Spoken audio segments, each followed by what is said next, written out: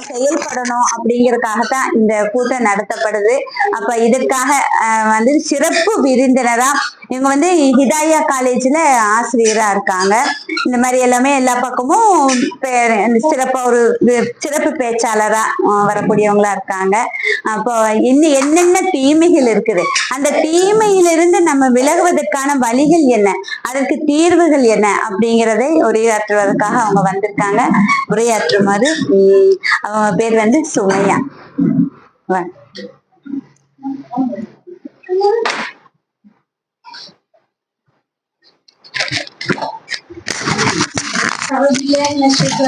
பிஸ்மில்லாஹிர்ரஹ்மானிர்ரஹீம்.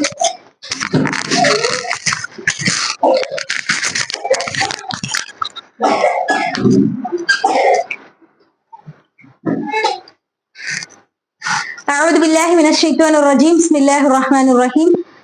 يا أيها الناس اتقوا ربكم الذي خلقكم من نفس واحدة وخلق منها زوجها وبث منهما رجالا كثيرا ونساء واتقوا الله الذي تساءلون به والأرحام إن الله كان عليكم رقيبا. رب اشرح لي صدري ويسر لي أمري واحلل عقدة من لساني يفقهوا قولي. அல்லாஹ்வின் அருள் பெற்ற அன்பானவர்களுக்கு அஸ்ஸலாமு அலைக்கும் வரஹ்மத்துல்லாஹி வபரகாத்துஹு. அதாவது மணி 11 இல்லையா? எல்லார் வீடுகள்லயும் காலையில அந்த பரபரப்பான அந்த வேலைகள்லாம் அறக்க பறக்க எல்லாத்தையும் ஸ்கூலுக்கு சொல்லி விட்டுட்டு நிறைய பேர் பாதி மனசோட எல்லாம் வீட்டுல நிறைய பேர் இருக்காங்க. குழந்தைங்களை எப்படி இருக்குன்னு நிறைய சோதனைகள், உண்மைதானே, நிறைய சோதனைகளையும் கடந்து, ஏன்னா பயானுக்கு இந்த மாதிரி ஏதாவது நல்ல விஷயங்களை கேட்கும் போதுதான் அதிகமா நம்மளுக்கு இடையூறுகள் அதிகரிக்குமாமா. என்னைக்காவது கவனிச்சிருக்கீங்களா? அதோட அதிகமா பயான்கள்ல உட்காரும்போது தூக்கமும் வரும். அது எதனால சைத்தானுடைய இதுதான். நல்ல விஷயத்த நம்ம எங்க கேட்டு சரியான பாதையில போயிருவோங்கிற ஒரு சின்ன ஒரு இதுதான். அப்ப நம்ம என்ன பண்ணோம், அதையும் தாண்டி நம்மள இப்ப இங்க இருக்கக்கூடிய அனைவருமே இங்க உட்கார்ந்துருக்கீங்க. மாஷா அல்லாஹ். அதுக்காக வேண்டி ஃபர்ஸ்ட் ஆஃப் ஆல் ஜஸாக்கல்லாஹு ஹைரா. அல்லாஹ் உங்களுக்கு இதற்குண்டான கூலிய நீங்க எதற்காக வேண்டி அமர்ந்திருக்கீங்களோ அதற்குண்டான அந்த பலனை அல்லாஹ் உங்களுக்கு தந்துருவானாக. உங்கள் வீடுகளிலும் அல்லாஹ் உங்களுக்கு சிறந்த வர்க்கத்தை அல்லாஹ் வழங்குவானாக, அருள் வளத்தை அருள்வானாக சொல்லி இந்த உரையை ஆரம்பம் செய்கின்றேன். ஆரம்பத்தில் சகோதரி சொன்ன மாதிரி ஒழுக்கமே சுதந்திரம் இல்லையா? ஒழுக்கமே சுதந்திரம் அப்படிங்கிற ஒரு தலைப்பு என்ன பண்ணிருக்காங்க, ஜமாத் இஸ்லாமியின் முன்னெடுத்திருக்காங்க. உங்களுக்கு வேற தலைப்புகளே கிடைக்கலையா? நாட்டுல நிறைய தலைப்புகள் இருக்கு. நம்ம ஏன் ஒழுக்கமே சுதந்திரம்னா, இங்க நிறைய விஷயங்கள் ஒழுக்கக்கேடாக நடக்கிறது காரணமாகத்தான் நம்ம என்ன பண்ணிருக்கோம், இந்த தலைப்பையே எடுத்து நடத்திருக்கோம். அப்ப நீங்க என்ன சொல்ல வரீங்க, சமுதாயத்துல ஒழுக்கக்கேடாக நடக்குதானா? ஆமாவா இல்லையா? ஆமா. இன்னொன்னு, நான் மட்டுமே பேசக்கூடாது, உங்களுடைய கருத்துகளும் தாராளமாக சொல்லலாம். ஒரு சகோதரியா ஏதாவது ஒண்ணா நீங்க தாராளமா அந்த கருத்துக்களை என்ன பண்ணலாம், நடுவுல தாராளமாக பேசிக்கலாம். நான் மட்டுமே இங்க பேசணும் அப்படியெல்லாம் ஒண்ணும் இல்ல. அப்ப அந்த வகையில ஒழுக்கமே சுதந்திரம் அப்படின்னு சொல்றாங்க. அப்ப ஃபர்ஸ்ட் விஷயம் சுதந்திரம் அப்படின்னு சொல்றாங்க இல்லையா? சுதந்திரம் அப்படின்னா என்ன நீங்க நினைக்கிறீங்க? சுதந்திரம் அப்படின்னு என்னது? சுதந்திரம்னா உங்க மைண்டுக்கு ஃபர்ஸ்ட் நம்ம மூளைக்கு வர்றது என்னது? பேசலாம் தாராளமா, உங்களுடைய சகோதரி தான். சுதந்திரம் சொன்னா நமக்கு என்ன ஞாபகம் வருது? நம்ம நினைச்ச மாதிரி வாழ்றது சுதந்திரம், அது இல்லையா? வேற யாருக்கும் பயப்படாம நான் தைரியமா செய்வேன் அப்படிங்கிற சுதந்திரம். வேற என்ன சுதந்திரம் நினைக்கிறீங்க? சொல்லலாம். தவறா இருந்த சின்ன ஒரு விஷயம் நாம என்ன நினைக்கிறோங்கிறது சொல்றதுதான். அது நம்மளுடைய ஒரு பார்வை தானே, அதுல ஒண்ணு தவறு இல்லை. என்ன நினைக்கிறீங்க சுதந்திரம் அப்படின்னு என்ன நினைக்கிறீங்க? முதல்ல உங்கள்ட்ட இருந்து அதுக்கப்புறம் நான் சொல்றேன். முதல்ல நம்மளுடைய பார்வை இருக்கு இல்லையா? சுதந்திரம் அப்படின்னு நீங்க என்ன நினைக்கிறீங்க? சாதாரணமா இப்ப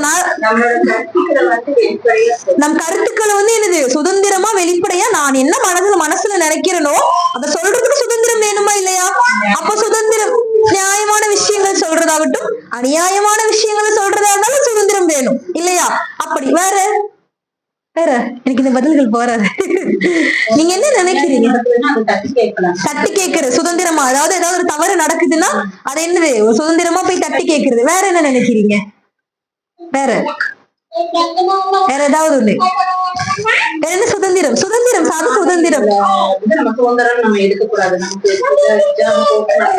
சுதந்திரம் ஹிஜாப் போட்டு நடக்கிறதே ஒரு சுதந்திரம். அதோட என்னோட உரிமையை, அதாவது ஹிஜாப் இல்லாம இருக்கிறது சுதந்திரம். நான் இப்ப இந்த பர்தா போடுறேன்னா அந்த பர்தா இல்லாம இருக்கிறது என்னோட சுதந்திரம் தான். அதே அந்த பர்தா நான் போட்டிருக்கிறது யாருடைய சுதந்திரம் தான்? என்னுடைய சுதந்திரம் தான். அப்படித்தானே? இப்படி சுதந்திரங்களுக்கு நம்ம நிறைய எண்ணங்கள், நிறைய போர்வைகள். டக்குன்னு எல்லாத்துக்கும் ஃபர்ஸ்ட் சொன்ன சுதந்திரம்னா நீங்க என்ன சொல்வீங்க நினைச்சேன்னா, நம்ம இந்தியா சுதந்திரம் கிடைச்சது, அது ஒரு வகையான சுதந்திரம். அப்படித்தானே? விடுதலையிலிருந்து என்னது, நம்ம நாடு வந்து ஒரு அடிமைத்தனத்திலிருந்து விடுதலை அடைஞ்சது சுதந்திரம். இப்படி சுதந்திரம் அப்படின்னா நம்ம நிறைய விஷயங்கள் அடுக்கிக்கிட்டேன். என்னுடைய எண்ணங்களை வெளிப்படையாக சொல்வது சுதந்திரம். என்னுடைய செயல்களை நான் என்ன நினைக்கிறேனோ அதை நான் செய்யறது சுதந்திரம். இப்ப உங்க வீடுகள்ல இப்ப எல்லாருமே என்ன பண்ணிருக்கீங்க, சுதந்திரமா வந்து உட்கார்ந்து இருக்கீங்க. இதுவே உங்க வீடுகள்ல நீங்க போக கூடாது அப்படின்னா ஆளுங்க வந்து உட்கார்ந்து இருக்க முடிஞ்சிருமானா கண்டிப்பா இது ஒரு வகையான சுதந்திரம் தான். இப்படி சுதந்திரத்திற்கு நிறைய பெயர்கள் நம்ம சொல்றோம். இந்த சுதந்திரங்கள் எந்த மாதிரியாக எல்லாம் ஆகுது அப்படின்னு நம்ம சும்மா பார்க்கலாம். இப்ப இதெல்லாம் நீங்க சுதந்திரங்கள் சொன்னீங்க இல்லையா? இப்ப இந்த சின்ன குழந்தைங்களுக்கு உண்டா சுதந்திரமா என்ன யோசிப்போம்? அவங்களுக்கு தேவையான அந்த சாக்லேட்டை வாங்கி கொடுத்து ஃப்ரீயா விளையாட விட்டாலே என்ன அவங்களுக்கு சுதந்திரம் தான். இன்னொரு ஸ்டெப் நம்ம மேல ஏறுவோம். ஒரு 4-5 வயசு அப்படின்னா அவங்களுக்கு என்னது, வெளியே சுதந்திரமா எந்த விதமான இடைஞ்சலும் இல்லாம அவங்களை விளையாட விட்டா சுதந்திரம். இன்னும் கொஞ்சம் மேல போறோம். மேல போனா அவங்களுக்கு என்னது, ஏன்னு கேள்வி கேட்காம நம்ம அவங்க போற இடங்களுக்கெல்லாம் அமைதியா இருந்துட்டாலே என்னதுதான் அது அவங்களுக்கு உண்டான சுதந்திரம். இன்னொரு 20 வயசுல போக நீ என்ன பண்றேன்னு கேட்க கூட கூடாது. இப்ப இருக்கக்கூடிய குழந்தைகளுக்கு என்னது, நீ என்ன பண்றேன்னு கேட்டுட்டா என்னமா நீ என்ன சந்தேகப்படுறியா அப்படின்னு ஒரு வார்த்தை. அப்ப சந்தேகப்படுறியாங்கிற வார்த்தைக்குள்ள என்ன இருக்குன்னா, நீ சுதந்திரமா விட மாட்டியா, எனக்கு அந்த ரைட்ஸ் இல்லையா, உங்க காலத்துல அப்படி இருக்காங்க, உங்க காலத்துல இப்படி இருக்காங்கன்னா இப்போ நாங்களும் அப்படித்தான் இருக்கணுமா, உங்க காலத்துல வீட்டை விட்டு வெளியே பேசுறாங்களே இல்லையா வீடுகள்ல, அப்போ அவங்களுடைய சுதந்திரம்னு எதை யோசிக்கிறாங்க, அதாவது அவங்களை கேள்வியே கேட்க கூடாதுங்கிறதா அவங்களுடைய சுதந்திரமா அவங்க பாக்குறாங்க. இன்னும் கொஞ்சம் பெருசாக்குவோமே, 35 வயசுல அதுக்கப்புறம் இருக்கக்கூடிய எல்லா, அதாவது அவங்க மரணிக்கிற வரைக்கும் இருக்கக்கூடிய சுதந்திரம்னு என்ன நினைக்கிறாங்க, சுதந்திரம் அப்படிங்கிறது அவங்களுக்கு கொடுக்கப்பட்டுச்சுன்னு நினைக்கிறாங்க. அவங்க என்ன நினைக்கிறாங்களோ அதை செய்யறாங்க. இப்ப நீங்க இங்க இருக்கக்கூடிய எல்லாருமே சுதந்திரமா அனைவரும் என்னதான் கல்யாணமானவங்க தான். நம்ம வீட்டுல முடிவு எடுக்கிறோம், நம்ம இந்த பயான் கிளாஸ்க்கு வரணும்னு முடிவு எடுக்கிறோம், என்ன பண்றோம், வர்றோம், சுதந்திரமா வர்றோம். இது போக நமக்கு சில சுதந்திரங்கள் என்ன யோசிப்போம், குடும்பத்துல யோசிப்போம். நம்ம குடும்பத்துல நம்ம சில விஷயங்களை, என்ன எதுக்கு நீ இந்த பயான் கிளாஸுக்கு எல்லாம் போற அப்படின்னு சொல்லும் போது ஏனால் போகக்கூடாது, அது என்னுடைய உரிமை அப்படின்னு யோசிப்போம் இல்லையா? நான் அல்லாவுக்கு, அப்போ அதுல நம்மளுடைய சுதந்திரங்கள். இப்படி ஒவ்வொரு மனிதனுக்கும் அவனுடைய வயதிற்கு ஏற்ப சுதந்திரங்கள் மாறுவதா சுதந்திரம்? இதுதான் சுதந்திரமா? சுதந்திரம் அப்படின்னா சரியான முறையில இருக்கணும். வயதிற்கேற்ப மாறிக்கொண்டே இருப்பது சுதந்திரமா? அப்ப அதெல்லாம் சுதந்திரம். சுதந்திரம் என்னன்னா அது ஒரு சரியான அந்த வார்த்தை கூட நம்ம என்ன பண்ண மாட்டேங்கிறோம். அதற்குண்டான அந்த புரிதலை வந்து நம்ம இன்னும் கூட நம்ம இதாக்கிக்கல. அப்படியான சுதந்திரம் அப்படிங்கிறத நம்ம எப்படி பயன்படுத்தலாம், எப்படி பயன்படுத்தலாம்? நான் முதவே சொன்ன மாதிரி சின்ன குழந்தைங்கள்ல இருந்து பெரியவங்க வரைக்கும் சுதந்திரம் அப்படி கிடைக்க, அதாவது வீடுகள்ல கொடுக்கப்படும் போது, சமுதாயம் கொடுக்கப்படும் போது அந்த சுதந்திரத்தை மனிதனானவன் எப்படி பயன்படுத்தி கொள்கிறான் அப்படிங்கிற ஒரு கொஸ்டின் மார்க் வருது இல்லையா? இப்ப நீங்க ஃபர்ஸ்டே கேட்கும் போது இந்த நாடு வந்து எவ்வளவு சுதந்திரமாக இருக்கு. நம்ம நாடு இப்போ சுதந்திரம் ஆச்சு 1900 தெரியுமா? 47. மாஷா அல்லாஹ் 47ல அதுவும் அதிகமான என்னது, நம்ம வந்து பிரிட்டிஷ்காரங்களை எதிர்த்து பல வருடங்களுக்கு அப்புறமா என்ன பண்ணோம், வந்து சுதந்திரம் வந்து வாங்கணும். அப்படியான சுதந்திரத்தை நம்ம சரியான முறையில பயன்படுத்துறோமான்னு கேட்டா இல்ல. ஒரே ஒரு வார்த்தை இல்லதான். ஏன்னா பிரிட்டிஷ்காரன் இருந்தப்போ கட்டின பாலத்துக்கும் இப்ப நம்ம கட்டக்கூடிய பாலங்களுக்கும் வித்தியாசம் இருக்கு. அது ஸ்ட்ராங்கா இருந்து இது ஸ்ட்ராங்கா இருந்து நம்ம என்ன சொல்லுவோம், யோசிக்கவே மாட்டோம். அதுதான் ஸ்ட்ராங். அவன் அப்ப கட்டின பாலங்கள், கல்லணைகள் அதெல்லாம் இப்ப வரைக்கும் இதா இருக்குது. இப்போ இந்த ரீசெண்டா கட்டின பாலம் அங்கங்க என்ன ஆகுது, இடிஞ்சு இதாகுது. அப்ப சுதந்திரங்கள் நம்ம சரியான முறையில பயன்படுத்துறோமா அப்படின்னா கண்டிப்பா கிடையாது. அப்படியான சுதந்திரத்தை நம்ம ஒழுக்கமான முறையில பயன்படுத்துறோமானாலும் கிடையல. அப்ப இங்க இருக்க நாங்களே ஒழுக்கமான முறையில பயன்படுத்துறாரு அப்படி இல்ல.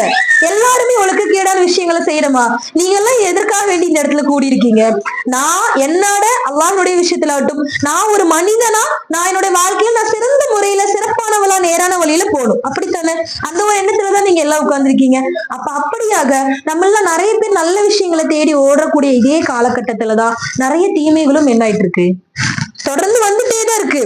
அதுவும் இப்ப நம்ம எல்லாம் ஓரளவுக்கு என்ன ஆயிட்டோம், மெச்சூர்ட் ஆயிட்டோம், நல்ல ஒரு பக்குவம் பட்டுட்டோம். அப்படிங்கிற காலத்துல கூட சில தவறுகள் நடந்தாலும் கூட நம்முடைய குழந்தைகளும் நம்முடைய அடுத்த தலைமுறைன்னு சொல்றாங்க இல்லையா, அடுத்த தலைமுறைக்கு ஏற்ற உணவு கூட இப்ப என்ன பண்ண கிடைக்க மாட்டேங்குது. நம்ம இருந்த காலத்துல ராகி களி அது இதுன்னு நீங்க சொல்லி நிறைய சத்தான உணவுகள், இப்ப அந்த உணவுகள் இப்ப இந்த டைம்ல கிடைக்குதானா என்னதா சந்தேகத்திற்குரியதான். அப்ப நமக்கு கிடைத்த அனைத்து நன்மையான விஷயங்கள் நம்ம என்ன பண்ணோம், அடுத்த சமுதாயத்துக்கு கடத்தக்கூடியவர்களாக இருக்கும். அப்படி நம்ம கடத்த வேண்டிய முக்கியமான ஒண்ணுதான் இந்த ஒழுக்கம். ஒழுக்கம் அப்படின்னா நம்ம இந்த ஒழுக்கம்ங்கிற வார்த்தை சொன்னாலும் நம்ம யாராவது இப்ப நம்மளை பார்த்து நீ ஒழுக்கமா இருக்கியா அப்படின்னு கேட்டு நமக்கு என்ன வந்துரும், நம்மளுக்கு உண்மையிலேயே நான் என்ன ஒழுக்கமா இல்லையா, நான் என்ன ஒழுக்கமா இல்லாம நான் என்ன தவறான வழியில நம்ம போயிட்டேன். அப்ப அந்த ஒழுக்கம் அப்படின்னு நம்ம ஒரு வார்த்தையை கேட்டாலே அதுல எல்லாமே அடங்கும்.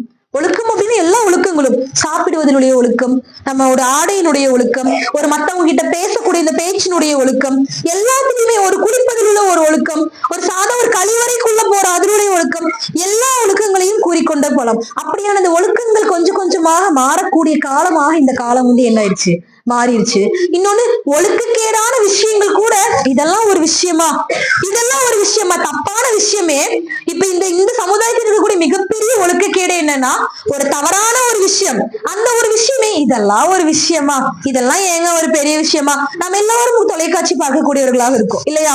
தொலைக்காட்சியில முதவெல்லாம் ஒரு தவறான ஒரு காட்சி சித்தரிக்கப்பட்டாலும் நம்ம என்ன பண்ணிடுவோம், முகத்தை திருப்புவோம், சேனலை மாத்துவோம், இதாக்குவோம். இப்ப அந்த ஒரு சாதாரண ஒரு விளம்பரங்கள் கூட என்ன ஆயிடுச்சு, ஒரு குடும்பத்தோட உட்காந்து ஒரு சாதாரண ஒரு சோப்பு விளம்பரம், ஒரு சோப்பு விளம்பரம் எப்படி எல்லாம் சொல்லலாம். முதல் காலத்துல எப்படி எல்லாம் சொல்லிட்டு இருந்தாங்க, இந்த சோப்பை தேய்ச்சி குளிச்சீங்கன்னா உங்களுக்கு உடல் இருக்கிற அழுக்கெல்லாம் போயிடும் அப்படின்னு. ஆனா இப்ப அந்த ஒரு சோப்பை எப்படி விளம்பரப்படுத்துறாங்க, ஒரு அரைகுறை ஆடையோட ஒரு பெண்ணை கொண்டு வர்றாங்க, அந்த ஆள் அந்த ஒரு சோப்பை தேய்ச்சி தேவையே இல்லையே அந்த பெண்ணை இருக்கு அந்த. அப்ப இது மாதிரியான இந்த ஒழுக்கங்கள், இந்த ஆபாசங்கள் என்ன பண்ணப்படுது, இந்த சமுதாயத்தினருக்கு புகுத்தப்படுது. உண்மையிலேயே இந்த சமுதாய மக்களுக்கு ஆபாசங்கள் கூட சாதாரண விஷயமாக, இதெல்லாம் ஒரு விஷயமா. அது ஒரு பாடல்கள் ஆகட்டும், அந்த பாடல்கள் ஒரு அசிங்கமான பாட்டா இருக்கும் இல்லையா, அசிங்கமான பாட்டு. அப்ப முதல்லாம் அந்த மாதிரியான பாடல்கள் நம்ம கேட்கறதுக்கு நம்ம என்ன பண்ணுவோம், கூச்சப்படுவோம். இன்னும் சொல்ல நம்ம பிள்ளைகள் எல்லாம் பாடிட்டு அடி பிச்சு எடுத்துருவாங்க. ஆனா இப்ப அந்த பாடல்களே அம்மாவே ரீல்ஸ் எடுத்து பாடுமா பாடுமா நல்லா பாடுற, எங்க இந்த டான்ஸ் இப்படி ஆடு, இந்த டான்ஸ். அப்ப அதனுடைய துவக்கம் எப்படி ஆரம்பிக்குது, துவக்கங்கள் எப்படி ஆரம்பிக்குது, நம்முடைய வீடுகள்ல இருந்து தான் ஆரம்பிக்குது. ஒரு தனி மனிதரில் இருந்தா என்ன ஆகும், ஒழுக்கமானது துவங்குகிறது. என்னைக்குமே ஒரு மாற்றம் வேண்டும் அப்படின்னா தனி மனிதன் இருந்து அந்த மாற்றம் கொண்டு வர வேண்டும். ஒரு தனி மனிதன், ஒரு தனி குடும்பம், அப்புறம் பல குடும்பங்கள் சேருது, ஒரு சமுதாயம், ஒரு சமுதாயம் ஒரு நாடாக, அந்த நாட்டில் பல நாடுகள் சேர்ந்துருது, உலகமாக, உலக மக்களாக இப்படி எல்லாம் இருக்காங்க. அப்ப அந்த வகையில ஒரு ஒழுக்கமானது, நான் ஒருத்தி சரியாயிட்டா எல்லாம் சரியாயிடும்னா கண்டிப்பா சரியாயிடும். இப்ப இங்க இருக்கக்கூடிய ஒவ்வொரு வீடுகள்லயும் உங்களுடைய போதனைகள் நீங்க சொல்றீங்க, என் குழந்தைங்க எல்லாம் சரியான முறையில வளர்த்தணும், அடுத்த தலைமுறையில் நீங்க என்ன பண்றீங்க, சிறந்த தலைமுறையினாக வளர்த்துறீங்க, அதுல சந்தேகமே இல்ல. மாறாக இப்ப நான் முதவே சொன்ன மாதிரி இந்த பாட்டை பாட இந்த ஆண்டி வந்துட்டாங்க புரியுது, எவ்வளவு சூப்பரா பாட்டு பாடுவா தெரியுமா, அந்த பாட்டை பாடு, அந்த குழந்தைக்கு நம்ம உற்சாகம் ஊட்டும் போது என்ன ஆகுது, அந்த இடத்துல அந்த ஒழுக்கக்கேடு ஆரம்பிக்குது. இன்னொன்னு, குழந்தை தானே, ஷார்ட்ஸ் போடுறதுல என்ன தப்பு இருக்கு, குழந்தைக்கு சூடு இருக்கும், வெப்பமா இருக்கும், அவங்களுக்கு எவ்வளவு ஹீட்டா இருக்கு, போட்டு விடலாம் ஷார்ட்ஸ். நம்மளும் அதே வெப்பத்தெல்லாம் கடந்துதான் வந்திருக்கோம், உண்மைதானே? அப்ப நமக்கு தாங்க முடியாத சக்தியா இருக்க போகுது. இப்ப பாலைவனத்திலேயே மனிதர்கள் வாழ்றாங்க, நம்ம எல்லாத்துக்கும் தெரியும்ல, பாலைவனத்திலேயே மனிதர்கள் வாழ. ஜம்மு காஷ்மீர்ல எப்படி இருக்கும், குளிரா இருக்கும், அங்கேயும் மனிதர்கள். ஆனா அந்த குளிர் நம்மளால தாங்க முடியுதா, தாங்க முடிய மாட்டேங்குது. எதனால அப்படின்னா, அங்க இருக்கக்கூடிய மனிதர்களுக்கு அந்த குளிரானது என்ன ஆயிடுச்சு, தன்னுடைய உடலுக்கு ஏற்ற மாதிரி அது பக்குவப்பட்டுருச்சு. இங்க இருக்கக்கூடிய அந்த மேட்டுப்பாளைய மக்களுக்கு இங்க இருக்கிற வெயிலாகட்டும் குளிராகட்டும் எல்லாம் என்ன ஆயிரும், பக்குவம். ஆனா திடீர்னு உங்களை கொண்டு ஜம்மு காஷ்மீர்ல விட்டா என்ன பண்ண முடியாது உங்களால, அந்த குளிர தான். அப்ப இது எல்லாமே எதனுடைய அடிப்படையில, நாம எப்படி வாழ்றோம், நம்முடைய மனது இன்னமல் ஆமாலும் இன்னமால் இக்குள்ளிம்பிரி மனம், அதாவது எண்ணங்களின் அடிப்படையிலே செயல்கள் எப்படி நினைக்கிறோமோ அதன் அடிப்படையில ஒரு மனுஷன் ஆகவும் செய்யறான். நான் என்னவா நினைக்கிறனோ அதுவா தான் என்ன பண்றேன், நான் வந்து மாறுறேன் அப்படின்னு சொல்றாங்க. அப்ப அந்த வகையில நாம எப்படி இருக்கணுங்கிறது நாம தான் முடிவு பண்ணணும். அதுக்கு நம்ம ஏத்த மாதிரி நம்ம என்ன பண்ணிக்கணும், நம்ம வந்து தகவமைத்து கொள்ள வேண்டும். நம்ம அப்படியே தகவமைச்சு கொள்றோம். இந்த ஃபர்தா போடுற உண்மையில ரொம்ப ஹீட்டா தான் இருக்கும், ஆனாலும் போடுறோம். எதனால, என்னுடைய உடையில யாரும் வந்து பார்க்க கூடாது. மத்தவங்க என்ன பண்றாங்க, சாரியை ஃபுல்லா போத்திக்கிறாங்க, சுடிதார ஃபுல் கை, எல்லாருமே எந்த ஒரு காரணத்துக்காக வேண்டி பண்றாங்க, என்னுடைய உடலை யாரும் பார்க்க கூடாது, அப்படித்தானே?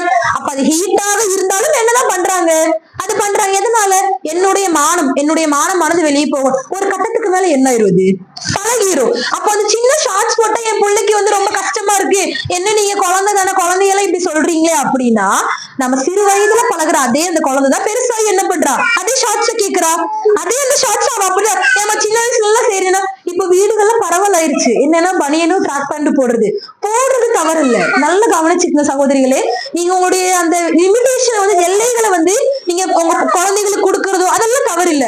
ஆனா அதே எல்லைகள் மத்தவங்க முன்னாடி எப்படி இருக்கு, இப்ப வீட்டுல திடீர்னு கெஸ்ட் வராங்க, அவன் என்ன பண்ணுவா, ஆபீஸ்க்கு போய் ட்ரெஸ் மாத்துவாளா, கண்டிப்பா மாத்த மாட்டா. என்ன பண்ணுவா, அதே அந்த டிஷர்ட் ட்ராக் பேண்டோடயே நிப்பாங்க, அப்படித்தானே? அப்படியே நிக்கிறாங்க. அதை பார்க்கக்கூடிய பார்வை அவங்களுடைய எப்படி இருக்கும், நம்ம நினைப்போம் என்னோட சொந்தக்காரங்க தான், என்னோட பக்கத்து வீட்டுக்காரங்க தான், அவங்க ரொம்ப நல்லவங்க கூட, என்ன சொல்றது, அதாவது பெற்றிருக்கக்கூடிய தகப்பனையே என்ன பண்றது, நம்ப முடியாத காலகட்டம் இது. குழந்தைங்களை தைரியமாக ஒரு ஸ்கூலுக்கு கூட அனுப்பிச்சுட முடியல.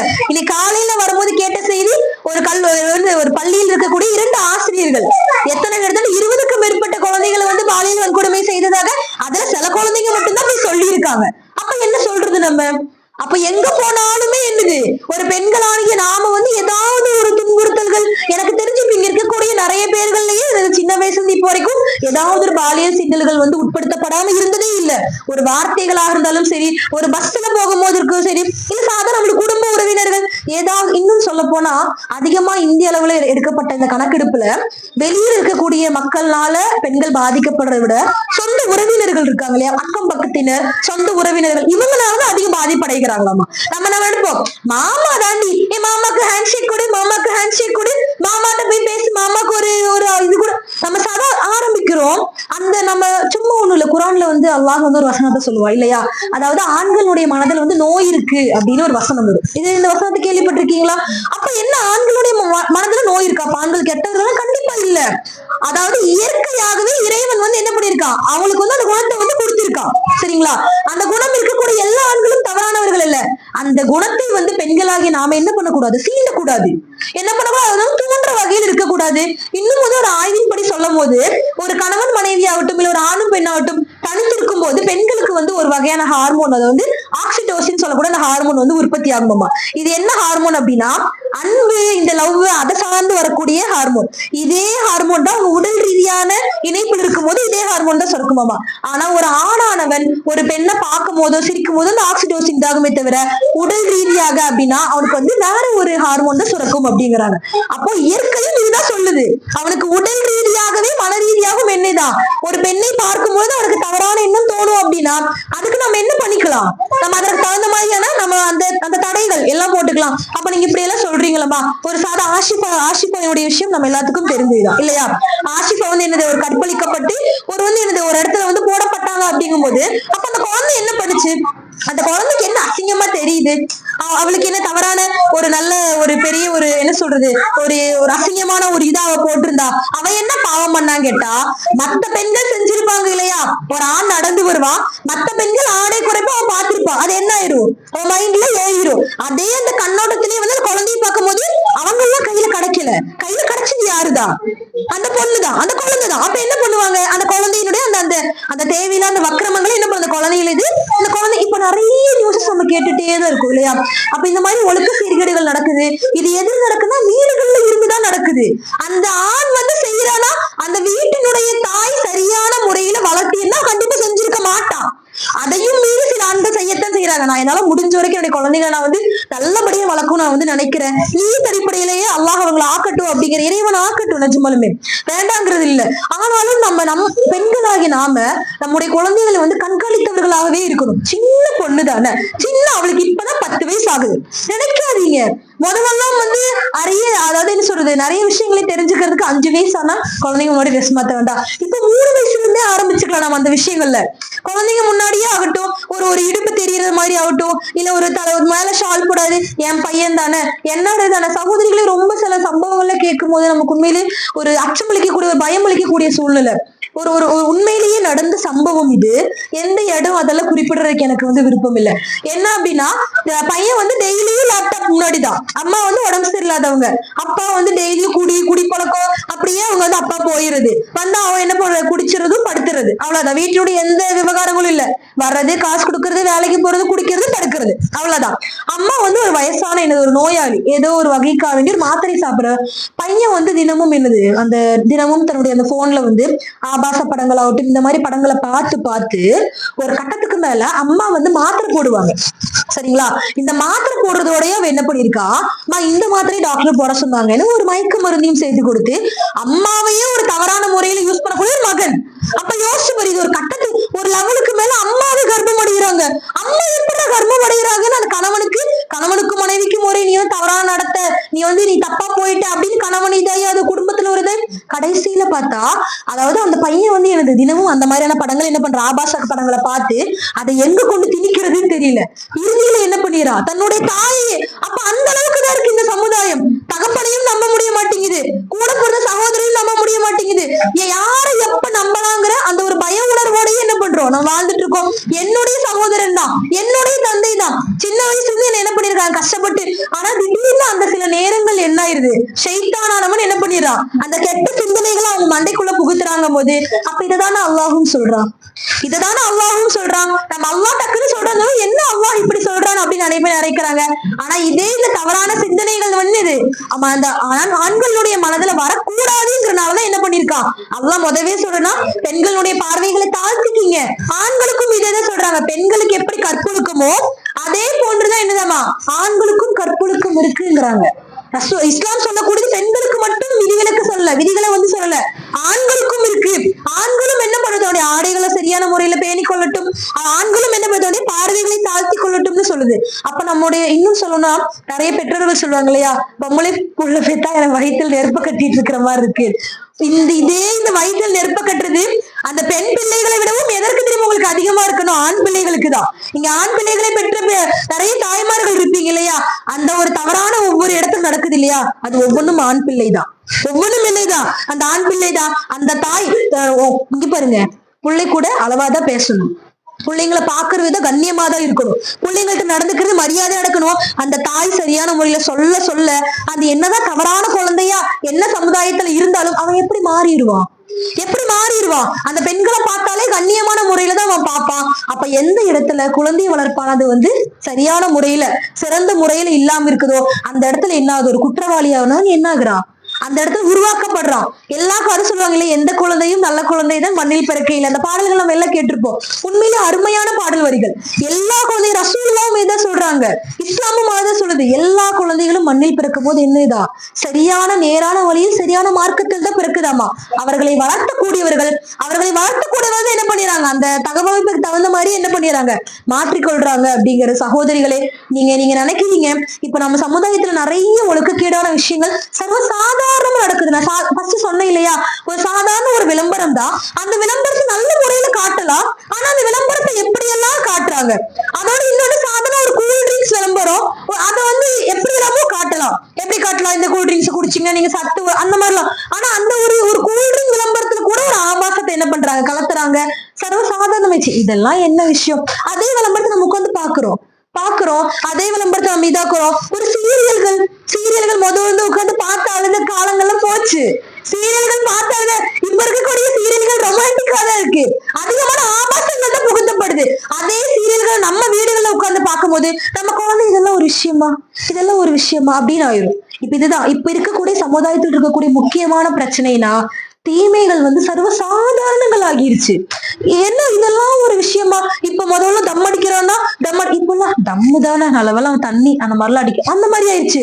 தம் அடிக்கிறவனுக்கு எவ்வளவு நிமிஷம் வேணும், தண்ணி அடிக்கிறதுக்கு எவ்வளவு நிமிஷம் வேணும், அந்த தப்புல இன்னொரு தப்புக்கு மாறுறதுக்கு. உங்க குழந்தைகள் நீங்க ரொம்பவே கண்காணிச்சவங்களாக இருங்க. ஏன்னா எதனால அப்படின்னா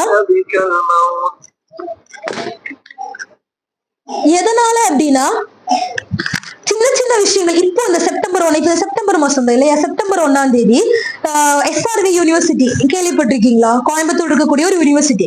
அந்த யூனிவர்சிட்டியில் இருக்கக்கூடிய அந்த பள்ளியினுடைய மாணவர்கள் முக்காவாசி பேரு கஞ்சா, இந்த என்ன சொல்றது, இந்த ஒவ்வொரு அந்த மாத்திரைகள் எல்லாத்தையும் உட்கொள்றாங்களாமா. இது வந்து நியூஸுக்கு போகுது. இது வந்து என்னது, இது வந்து என்ன பண்றாங்க, போலீஸ்க்கும் தகவல் போகுது, போலீஸ் போயிட்டாங்கன்னா ஆசிரியர்களே அதை கொடுத்துருக்காங்க.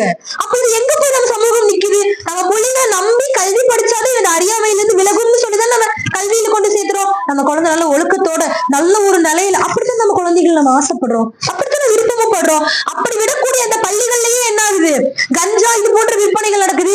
அதை வந்து டீச்சர்மார்களே கொடுக்குறாங்களாமா. அப்ப இந்த விஷயம் ஏன் வெளியே வரல அப்படின்னா, அந்த விஷயம் வந்து புதுயுகம் அப்படின்னு சொல்லக்கூடிய இந்த புதிய தலைமுறை நம்ம எல்லாத்துக்கும் தெரியும் இல்லையா, புதிய தலைமுறை சேனல் தெரியுங்களா, அந்த ஒரு என்ன சொல்ற அந்த ஒரு சேனலுடைய ஒரு பள்ளி தான் அது.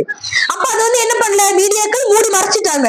இதே மாதிரியான விஷயங்கள் நிறைய விஷயங்கள் நம்ம எல்லாத்துக்குமே தெரிஞ்சிருக்கும். என்னது, இப்ப இந்த ரீசெண்டா அந்த டாக்டர் வந்து கற்பழிக்கப்பட்டது நம்ம எல்லாத்துக்கும் தெரிஞ்சிருக்கு இல்லையா, ஒரு மருத்துவரானவர் என்னது கற்பழிக்கப்பட்டது. அதே சமயத்தை அதே நேரத்துல உத்தரப்பிரதேசத்துல ஒரு நர்ஸ் ஒரு செவிலியர் வந்து கற்பழிக்கப்பட்டாங்களாமா. அப்ப அந்த விஷயம் வெளிக்கொண்டு வரப்படல. இதே மாதிரியான ஒரு கூட்டு பலாத்காரம் அப்ப ஏன் வெளிக்கொண்டு வரப்படலன்னா, மீடியா தெளிவா இருக்கு, எதை நம்ம கொண்டு வரணும் எதை கொண்டு வரக்கூடாது. அரசியல் லாபங்களுக்காக வேண்டிய அரசியல்வாதிகளும் பெரிய பெரிய ஆளுகள்லாம் அதுக்கு தகுந்த மாதிரி என்ன பண்ணிக்கிறாங்க, தன்னுடைய அந்த வியாபார பொருட்களை ஆகட்டும், அரசியல்வாதிகள் அந்தந்த இடங்களுக்கு தகுந்த மாதிரி என்ன பண்றாங்க, எந்தெந்த உண்மைகளை கொண்டு வரணுமோ அதை மட்டும் கொண்டு வந்துட்டு பாக்கி எல்லாத்தையும் மூடி மறைச்சிடுறாங்க. புரியுதா? அப்ப அந்த வகையில நம்ம குழந்தைகளை நம்ம ரொம்ப கண்காணிச்சு கொண்டே இருக்கணும். இந்த மது விஷயங்களாகட்டும், மதுவோட சும்மா ஒண்ணு ரசூலுல்லாஹ் சொன்னது, மது வந்து தீமைகளுடைய தாய் அப்படின்னாங்க. ரசூலுல்லாஹ் சொல்லும் போது மது தீமைகளுடைய தாய். நான் முதவே சொன்ன அந்த குடும்பத்துடைய அந்த ஒரு நிலையை சொன்னேன் இல்லையா, அந்த குடும்பத்துல அந்த கணவன் சரியான முறையில அவன் பார்த்திருந்தானா என்ன இருக்காது, அவ்வளவு பெரிய அசம்பாவிதம். அந்த அவ்வளவுதான், அந்த அம்மா வந்து தற்கொலை பண்ணிட்டாங்க. எப்படி ஒரு மகனே தன்னை வந்து இப்படி பண்ணிட்டான்னு நினைக்கும் போது அந்த தாயுடைய மனசு எப்படி இருந்திருக்கும்? தற்கொலைதான், தற்கொலை பண்ணவங்க ஸ்ட்ரைட்டா நரகம் நின்னாலும் அந்த தாயோட மனசு எப்படி இருந்திருக்கும்? அந்த கணவனானவன் அந்த மதுவெல்லாம் அருந்தாம ட்ரிங்க்ஸ் பண்ணாம சரியான முறையில வீட்டுக்கு வந்து சரியான முறையில அவன் கவனிச்சிருந்தானா இந்த தவறுகள் நடந்திருக்குமா? அந்த ஒரு இழப்பு நடந்திருக்குமா? நடந்திருக்காது. அப்ப இதுதான் சகோதரிகளே மது. நிறைய வீடுகள்ல நான் என்ன சொல்லியும் கேட்க மாட்டேங்கிறாங்கன்னா, இப்ப நிறைய மருந்துகள்லாம் வந்துருச்சு இல்லையா? நிறைய அவங்களுக்கே தெரியாம அவங்களுடைய தண்ணீரை கடந்து கொடுத்தா கூட தெரியாத அளவுக்கு உண்டான மருந்துகள்லாம் வந்துருச்சு. நீங்க அதை தேடுங்க, நீங்க அதை தேடி கண்டுபிடிங்க. ஏன்னா நமக்கு ஒரு விஷயம் தேடாத வரைக்கும் நம்ம ஒரு விஷயம் கிடைக்காது இல்லையா? அப்ப அந்த வகையில உங்க குழந்தைகளை என் பையன்ல தங்கமானவன், என் பிள்ளைல தங்கமானவன், நம்பிக்கை வச்சுக்கீங்க, தவறே இல்லை. நம்பிக்கை வைக்கிறத அதீத நம்பிக்கை இருக்க கூடாது. என்னைக்குமே நம்பிக்கை வைக்கிறது தவறு இல்ல, அதீத நம்பிக்கை தயவு செஞ்சு உங்க குழந்தைங்க மேல வைக்கவே வைக்காதீங்க. ஏன்னா என் பிள்ளை தப்பு செய்ய மாட்டான். ஏதாவது ஒரு டீச்சர் ஏதாவது வந்து ஏதாவது சொன்னாலும் என்ன நீங்க இப்படி சொல்றீங்க, என் குழந்தை தப்பா சொல்றீங்களா? இப்ப என்னுடைய கல்லூரியில் நடந்த ஒரு விஷயமே, ஒரு பிள்ளை வந்து ஒரு பையனோட தவறான முறையில இருக்கா, அவன் டெய்லி போற வழியில போயிட்டு அவங்க பெற்றோரை கூப்பிட்டு இந்த மாதிரி இருக்குங்கன்னு ஒரு சரியான முறையில ஒரு பொறுமையா உட்காந்து சொன்னா, நீங்க என்ன என் பிள்ளை தப்பா சொல்றீங்களா, அவன் என்ன ஒழுக்க கேடுன்னு சொல்றீங்களா, என் பிள்ளை நான் எப்படி வளர்த்திருக்கேன்னா நீங்க உங்க பிள்ளைய நல்லா வளர்த்தி இருந்தாலும் நம்பிக்கை வைங்க. ஆனா தயவு செஞ்சு அதீத நம்பிக்கை வைத்து விடாதீர்கள். நான் திரும்ப திரும்ப சொல்றது, ஏன்னா இங்க இருக்கக்கூடிய எல்லாருமே பெற்றோர்களும் பாட்டிமார்களும் தாய்மார்களும் தான். உங்க வீடுகளில் குழந்தைகள் வளருது, நம்ம அடுத்த சமுதாயத்தை நம்ம வந்து என்ன பண்ணணும், சிறந்தவர்களாகி கொடுக்கணும். அப்படி இப்ப நம்ம ஒழுக்கமா இருக்கோம் அப்படின்னா காரணம் என்ன? நம்ம பெற்றோர்கள் ஒழுக்கமா இருந்தாங்க, உண்மையா இல்லையா? அதனால அந்த ஒழுக்கத்தோடைய வெளிப்பாடாக நாம இங்க உட்கார்ந்துட்டு இருக்கோம், நல்ல ஒழுக்கமான விஷயங்களை பழகணும்னு நினைக்கிறோம். அப்ப நம்ம குழந்தைகளும் என்னவாதான் இருக்கணும், ஒழுக்கத்தோட தான் வரணும். நாளைக்கு மறுமையில போயிருக்கல, நல்லா ஞாபகம் வச்சுக்கோங்க. இது இந்த உலகத்தோட மட்டும் நிக்காது. இந்த சங்கிலி தொடர் வந்து எது வரைக்கும் வருமாமா? மறுமையில வந்து யாவா நீ ஏன் தப்ப செஞ்ச அந்த பையன் இது பண்ணிட்டேனோ, எங்க பாட்டி என்ன கவனிக்கல, எங்க அம்மா என்ன கவனிக்கல, ஒரே வார்த்தை என்னோட நப்சி தான் ஓடிடுவா. யார் மேல தப்பு? எங்க அம்மா தான் என்ன பாக்கல, எங்க அம்மா சரியா இருந்தா நான் இப்படி பண்ணிருப்பேனா, எங்க அப்பா தான் இதை கேட்கல, நான் கேட்கும் போதெல்லாம் காசு கொடுக்கறது, செல்லமா வளர்க்கறது தவறு இல்ல குழந்தைங்களை. அந்த செல்லத்துக்கும் ஒரு அளவு இருக்கு, அளவு கடந்து எல்லாம் போகும்போதுதான் என்ன ஆயிரும், அதனுடைய அந்த சொல்லுவாங்க இல்லையா, அளவுக்கு அதிகமானால் அமிர்தமும் நஞ்சு இல்லையா? நம்ம எல்லாமே கிடைக்குதுங்கிறதுக்கு வேண்டி ஒரு என்ன சொல்ற, ஒரு 10 இட்லி ஒரு 4 இட்லி சாப்பிட வேண்டிய அதே தட்டுல நம்ம 100 இட்லி சாப்பிட்டா நம்ம வயிறு என்ன ஆகும்? அப்ப அந்த இடத்துல கட்டுப்பாடோட நம்ம ஒழுக்கத்தோட இருக்கணுங்கிறது இருக்கு இல்லையா? அந்த சுதந்திரம் எனக்கு, நான் அதாவது என்னோட வீடுதான், என்னோட மாவுதான், நான் எவ்வளவு நாள் இட்லி ஊத்திக்கலாம், எவ்வளவு நாள் தோசை ஊத்திக்கலான்னு நான் ஒரு 4 இட்லி ஒரு 5 இட்லி அதிகமா ஒரு எவ்வளவு, அதாவது ஒரு அதிகபட்சம் ஒரு 7 இட்லி சொல்லுங்களேன், அந்த இடத்துல நான் ஒரு 100 இட்லி இந்த மாதிரி சாப்பிட்டேன், என் வயிறு என்ன ஆகும்? நிஜமா என்ன ஆயிரும்? நிஜமா அதற்குண்டான அந்த விளைவை நம்ம சந்திப்போமா இல்லையா? இன்னும் நம்ம சகோதரிகளை நம்ம சுதந்திரம் அப்படிங்கிற நம்ம எப்படி அந்த கட்டுப்பாடுன்னு சொல்றாங்க இல்லையா, அந்த கட்டுப்பாட்டோட கூடிய சுதந்திரம் தான் நம்மளுக்கு வேணும்.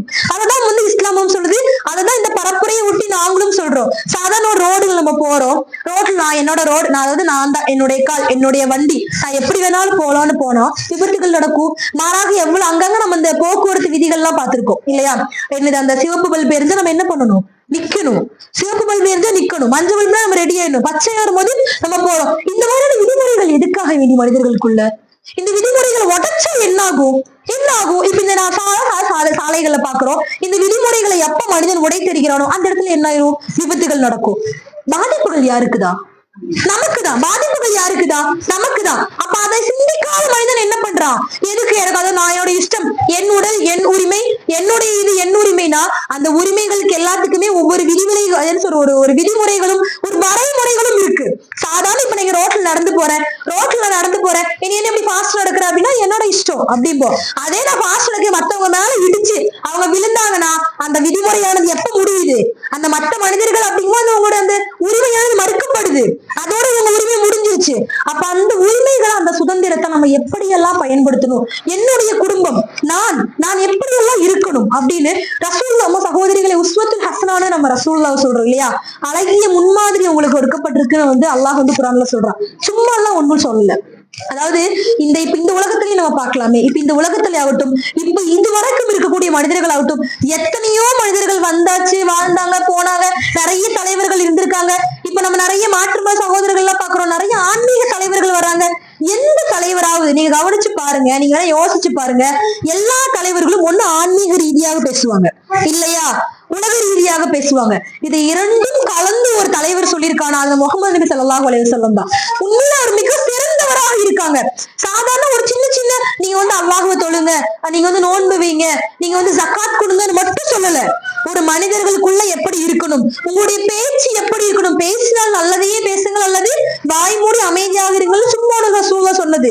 அவர் சொன்ன ஒவ்வொரு விஷயத்தையும் நினைவு கூர்ந்தாலே போதும், ஒழுக்கம் முழுமை பெற்றுவிடும். ரசூலுல்லாஹ் சொன்ன அல்லாஹ் சொல்லும் போது உங்களை நற்குணத்தை முழுமை பெறுவதற்காக வேண்டி உண்மை நாம் அனுப்பினோம் அப்படின்னு அல்லாஹ் சொல்றான். அப்ப அந்த நற்குணத்தை முழுமைப்படுத்துவதா, அந்த நற்குணமானது ஒழுக்கமான முறையில வந்து விட்டாலே போதும், சமுதாயத்தில் இருக்கக்கூடிய எல்லா பிரச்சனைகளும் என்ன ஆயிடும், முழுமை பெற்றும். அது லைனா நம்ம வரலாம். பேச்சு சொல்றோம், பேச்சு சரியான முறையில் உங்களுக்கு இல்லைன்னா போச்சு. உண்மையில பேச்சு சரியான முறையில் இல்லைன்னா நமக்கு எல்லா விதமான தீமைகளும் ஆரம்பமே இந்த நாக்கு. அத சொல்லுவாங்க இல்லையா, இந்த நரம்பில்லாத நாக்கு ஒண்ணு போதும், வறுமையில போய் அல்லாஹ் ஃபர்ஸ்ட் முத்தையும் குத்தலும் எதுக்காமா, நாக்குக்கு தான். எதனாலனா மற்ற உறுப்புகள்ல பேசுவாமா, இவன் இது பண்ணா, இவன் திருடுனா, இவன் புறம் பேசா, இந்த மாதிரிலாம் சொல்லும் போது என்ன நாக்குக்கு முத்த, ஏன்னா நாக்கு இந்த காரணங்கள் தேடுவோமா. அது இப்படி ஆச்சா, இப்படி போச்சா, காரணங்கள் யாருக்கு வரும், காரணங்கள் எல்லாத்துக்குமே இருக்கும். இப்ப நீங்க உட்கார்ந்து இருக்கீங்க இல்லையா, இப்ப நீங்க உட்கார்ந்து இருக்கிறதுக்கு உங்க வீடுகள்ல நிறைய காரணங்கள் இருந்திருக்கும், நீங்க வராம இருக்கிறதுக்கு. சைத்தான் நிறைய காரணங்கள் உங்களுக்கு முன்னாடி கொண்டு காமிச்சிருப்பான். ஆனாலும் அது எல்லாம் என்ன பண்ணீங்க, தகர்த்தெறிஞ்சு நீங்க உட்கார்ந்து இருக்கீங்க இல்லையா. கண்டிப்பா எனக்கு நான் பார்த்த வரைக்கும் நிறைய கூட்டங்கள் இந்த மாதிரி சந்திச்சிருப்போம் இல்லையா. அந்த சகோதரிகள் சொல்லும் போது என்ன சொல்றாங்கன்னா, உங்களும் நிறைய பேர் இங்க வாராந்திர கூட்டங்கள் தொடர்ந்து அட்டன் பண்றவங்களும் இருப்பீங்க. அவங்க சொல்லக்கூடிய அந்த ஒரு பதில்கள் என்ன தெரியுமா, எனக்கு வீடுகள் நிறைய கவலைகள் இருக்கும், நான் எங்க அல்லாஹ்வுக்காக வேண்டி உட்காருவேனா. இப்ப நம்ம நான் இப்ப அவுது பிஸ்மி சொல்லி இப்ப நான் ஸ்டார்ட் பண்ணேன், அல்லாஹோட விஷயத்த சொல்லணும்னு சொல்லி, அல்லாஹோட விஷயத்த கேட்கணும்னு சொல்லி நீங்க உட்கார்ந்துருக்கீங்க. இந்த சபையை சுத்தி மலக்குமார்கள் தங்களுடைய இறக்கைகளை வச்சு என்ன பண்ணுவாங்களாமா, என்னைக்குமே அருள் வளங்களை இறக்கிட்டே இருப்பாங்களாமா. நமக்கே தெரியாம அங்க வீடுகள்ல என்ன ஆயிட்டு இருக்கும், நம்முடைய பிரச்சனைகள் இதாயிட்டு இருக்கும். அவங்க சொல்ற ஒரே பதில் என்ன, நான் வீட்டுல நிறைய பிரச்சனையோட இங்க உட்கார்ந்துருப்பேன், இங்க வரும்போது எனக்கு மனது ஒரு வகையான திருப்தி அடையுது. உண்மையிலேயே திருப்தி அடையினாலும் உங்களுக்கு தூக்கமும் வருது. நம்ம நிறைய பயன்கள்ல போய் நம்மளுக்கு கண்ணு சொக்குது, என்ன தெரியுமா, நம்மளையும் அறியாம நம்ம மனமானது என்ன ஆகுது, அந்த திருப்தி நிலையை அடையிறனாலதான் நமக்கு உண்மையிலேயே ஒரு ராகத்தை வருது இல்லையா. அந்த ராகத்து வரனாலதான் தூக்கமே வருது. அப்ப அந்த வகையில் இந்த மாதிரி சபைகள்ல உட்காரும் போது எங்களுடைய கவலைகள் எங்களுக்கே தெரியாம போகுது, என்னுடைய பிரச்சனைகள் எங்களுக்கே தெரியாம அது ஏதாவது ஒரு வகையில அல்லாஹ் முடிச்சு வச்சிடறான் அப்படின்னு. அப்ப இந்த மாதிரியான கூட்டங்கள் நீங்க என்னைக்கும் விட்டுறாதீங்க. நான் சொன்ன அல்லாஹ்வுடைய அந்த ஒழுக்கத்தை, அல்லாஹ்வுடைய அந்த நேரான பாதையை நம்ம பற்றி பிடித்துக் கொள்ளணும். நான் ஒழுக்கத்தோட இருக்கணும், நான் நேரான வழியில் இருக்கணும். அப்படிங்கும் போது நீங்க நினைக்கிறீங்களே இந்த எண்ணம், இதே எண்ணம் தான் நீங்கள் எப்படியோ அப்படியே உங்கள் குழந்தைகள். நல்லா ஞாபகம் வச்சுக்கோங்க, நீங்க எப்படி காட்டி கொடுக்குறீங்களோ உங்க குழந்தைகளுக்கு, அதே மாதிரி தாய் போல பிள்ளை நூலை போல சேலைன்னு சொல்லுவாங்க இல்லையா, அது உண்மைதான். நாம எப்படியோ அப்படிதான் நம்ம குழந்தைங்களும். இப்ப நமக்கு இப்ப நம்ம இப்ப பயன் கிளாஸ்க்கு போய் இப்ப காமிச்சு கொடுக்குறோம், நல்ல விஷயங்கள் படிக்கிறோம், வீடுகள்ல புத்தகங்கள்ல எடுக்கிறோம், வீடுகள்ல என்ன பண்றோம், குரானை எடுத்து படிக்கிறோம்னா தான் நம்ம குழந்தை என்ன பண்ணும். இப்ப நீங்க தொடர்ந்து ஒரு வாரம் தொழுகிறீங்க, 7வது நாள் குழந்தைங்க என்ன பண்ணும், பக்கத்துல இருந்து விளாண்டுட்டாவது சும்மா தக்பீர் கேட்டு நிக்கும். நீங்க சுஜூது போகும்போது என்ன பண்ணுவோம், கூட சுஜூதுக்கு வரும் விளாண்டுட்டு. அதாவது அது ரொம்ப சரியான முறையை செய்யாட்டினாலும் அது செய்ய ஆரம்பிக்குங்களா. அப்ப அந்த பழக்கத்தை யாரு ஏற்படுத்தணும், மாற்றம் யார்கிட்ட இருந்து வரணும், நம்மள்ட்ட இருந்துதான். அந்த மாற்றம் யார்கிட்ட வரணும், நம்ம கிட்ட இருந்தா. அப்ப இது போன்ற இந்த ஒழுக்க விஷயங்கள் ஃபர்ஸ்ட் என்ன சொன்ன, பேச்சு சொன்னேன் இல்லையா, லைன் நான் கேட்பேன் கடைசியில, கண்டிப்பா கடைசியில கேட்பேன். முதல் விஷயம் பேச்சு. பேச்சு சொன்ன ஃபர்ஸ்ட் சொன்ன மாதிரி பேசினால் நல்லதையே பேசுங்க, நல்லது வாய் மூடி அமைதியாக இருங்கள் ரசூலுல்லாஹ் சொல்லும் போது இந்த பேச்சுகள்லயே நிறைய பேச்சுகள் இருக்கு. புறமாகட்டும், பொறாமையாகட்டும், அல்லது ஒரு வஞ்சகத்தன்மையாகட்டும். இன்னும் ரசூலுல்லாஹ் சொல்லும்போது நீங்கள் குலைந்து பேசாதீர்கள் அப்படின்னு சொல்றாங்க. ஆனா நம்மள இருக்கக்கூடிய நிறைய பெண்கள் என்ன பண்றாங்கன்னா, நம்மளையே அறியாம, தன்னையே தெரியாம நல்ல ஒரு பெண்மணியா இருப்பாங்க. ஆனா ஒரு காய்கறிக்கார வாசல்ல இன்னாலும் ஒரு மீன்கார வந்தாலும் தலையிலயும் ஷால் இருக்காது, இல்ல தலையில ஷால் இருந்தா மேல ஷால் இருக்காது, இப்படி தலையில முதல்ல நம்முடைய மார்பகங்களை மறைக்கணும். அல்லாஹ் சொல்லும் போது உங்களுடைய முந்தானைகளை உங்கள் மார்பகங்கள் மீது போட்டுக் கொள்ளுங்கள்ங்கிறாங்க சூரா நிசால இல்லையா. அப்ப அப்படி இருக்கும் முதல்ல நம்முடைய மார்பகங்களை எதனால சொல்றேன்னா, நிறைய பேர் தலையை மறைக்கணும், தலையை மட்டும் கட்டிடுவோம். மேல மேல துண்டு இருக்க மாட்டேங்குது. அப்ப முதல்ல மேல முடிஞ்ச வரைக்கும் என்ன பண்ண நம்முடைய மேல வந்து கவர் பண்ணிக்கணும். ஒரு அந்நியான், ஒரு மீன் விற்க வரணும், இல்ல ஒரு காய்கறி விற்க வரணும், யாரு? ஒரு அந்நியான் இல்லையா? அவன்கிட்ட போய் கொஞ்சம் கம்மி பண்ணி கொடுங்களேன் அப்படின்னு அந்த குலைந்து இதுல என்ன இருக்கு, நான் வேற வேற பேசுறேன் அப்படின்னா அந்த சிரிச்சு நம்ம பேசுறோங்கிறதுல அவனுடைய மனதுல உங்களை பத்தி என்ன நினைக்கிறாங்க நமக்கு தெரியுமா? நமக்கு தெரியுமாங்கிற கண்டிப்பா நம்மளுக்கு தெரியாது. அப்ப அந்த எண்ணங்கள் ஆரம்பிக்கிறது யாருதான்? அந்த பெண்கள் தான். அதுக்கப்புறமா அவன் திடீர்னு அந்த கணவன் வந்து வெளியே போனாலும் வீட்டுல தவறான முறையில் நடக்க ட்ரை பண்ணான்னா அதோட ஆரம்ப புள்ளி யாரா இருந்தாங்க? அந்த பெண் தான் ஆரம்ப புள்ளியா இருந்தது இல்லையா? அந்த பெண் போகணும், காய்கறி வாங்கணும், வந்து சரியான முறையில் இருந்தா அவனுக்கு அந்த தவறான என்ன தோண்டி இருக்குமா? கண்டிப்பா தோண்டி இருக்காது. அதே மாதிரியான பேச்சுகள் புறமாகட்டும், பொறாமையாகட்டும், புறம் அப்படின்னாலும் ஞாபகம் வச்சுக்கோங்க சகோதரிகளே. புறம் அதுக்கும் அவதூறுக்கும் நம்மளுக்கு ஒரு வித்தியாசம். புறம்னா என்ன? புறம்னா உள்ளது சொல்றது புறம். அப்ப அவதூறுனா இல்லாதது சொல்றது அவதூறு. ரசூலுல்லாஹ் சொல்றாங்க, யார் புறம் பேசுவாரோ அவர் வந்து எதை உண்வதற்கு சமமாமா?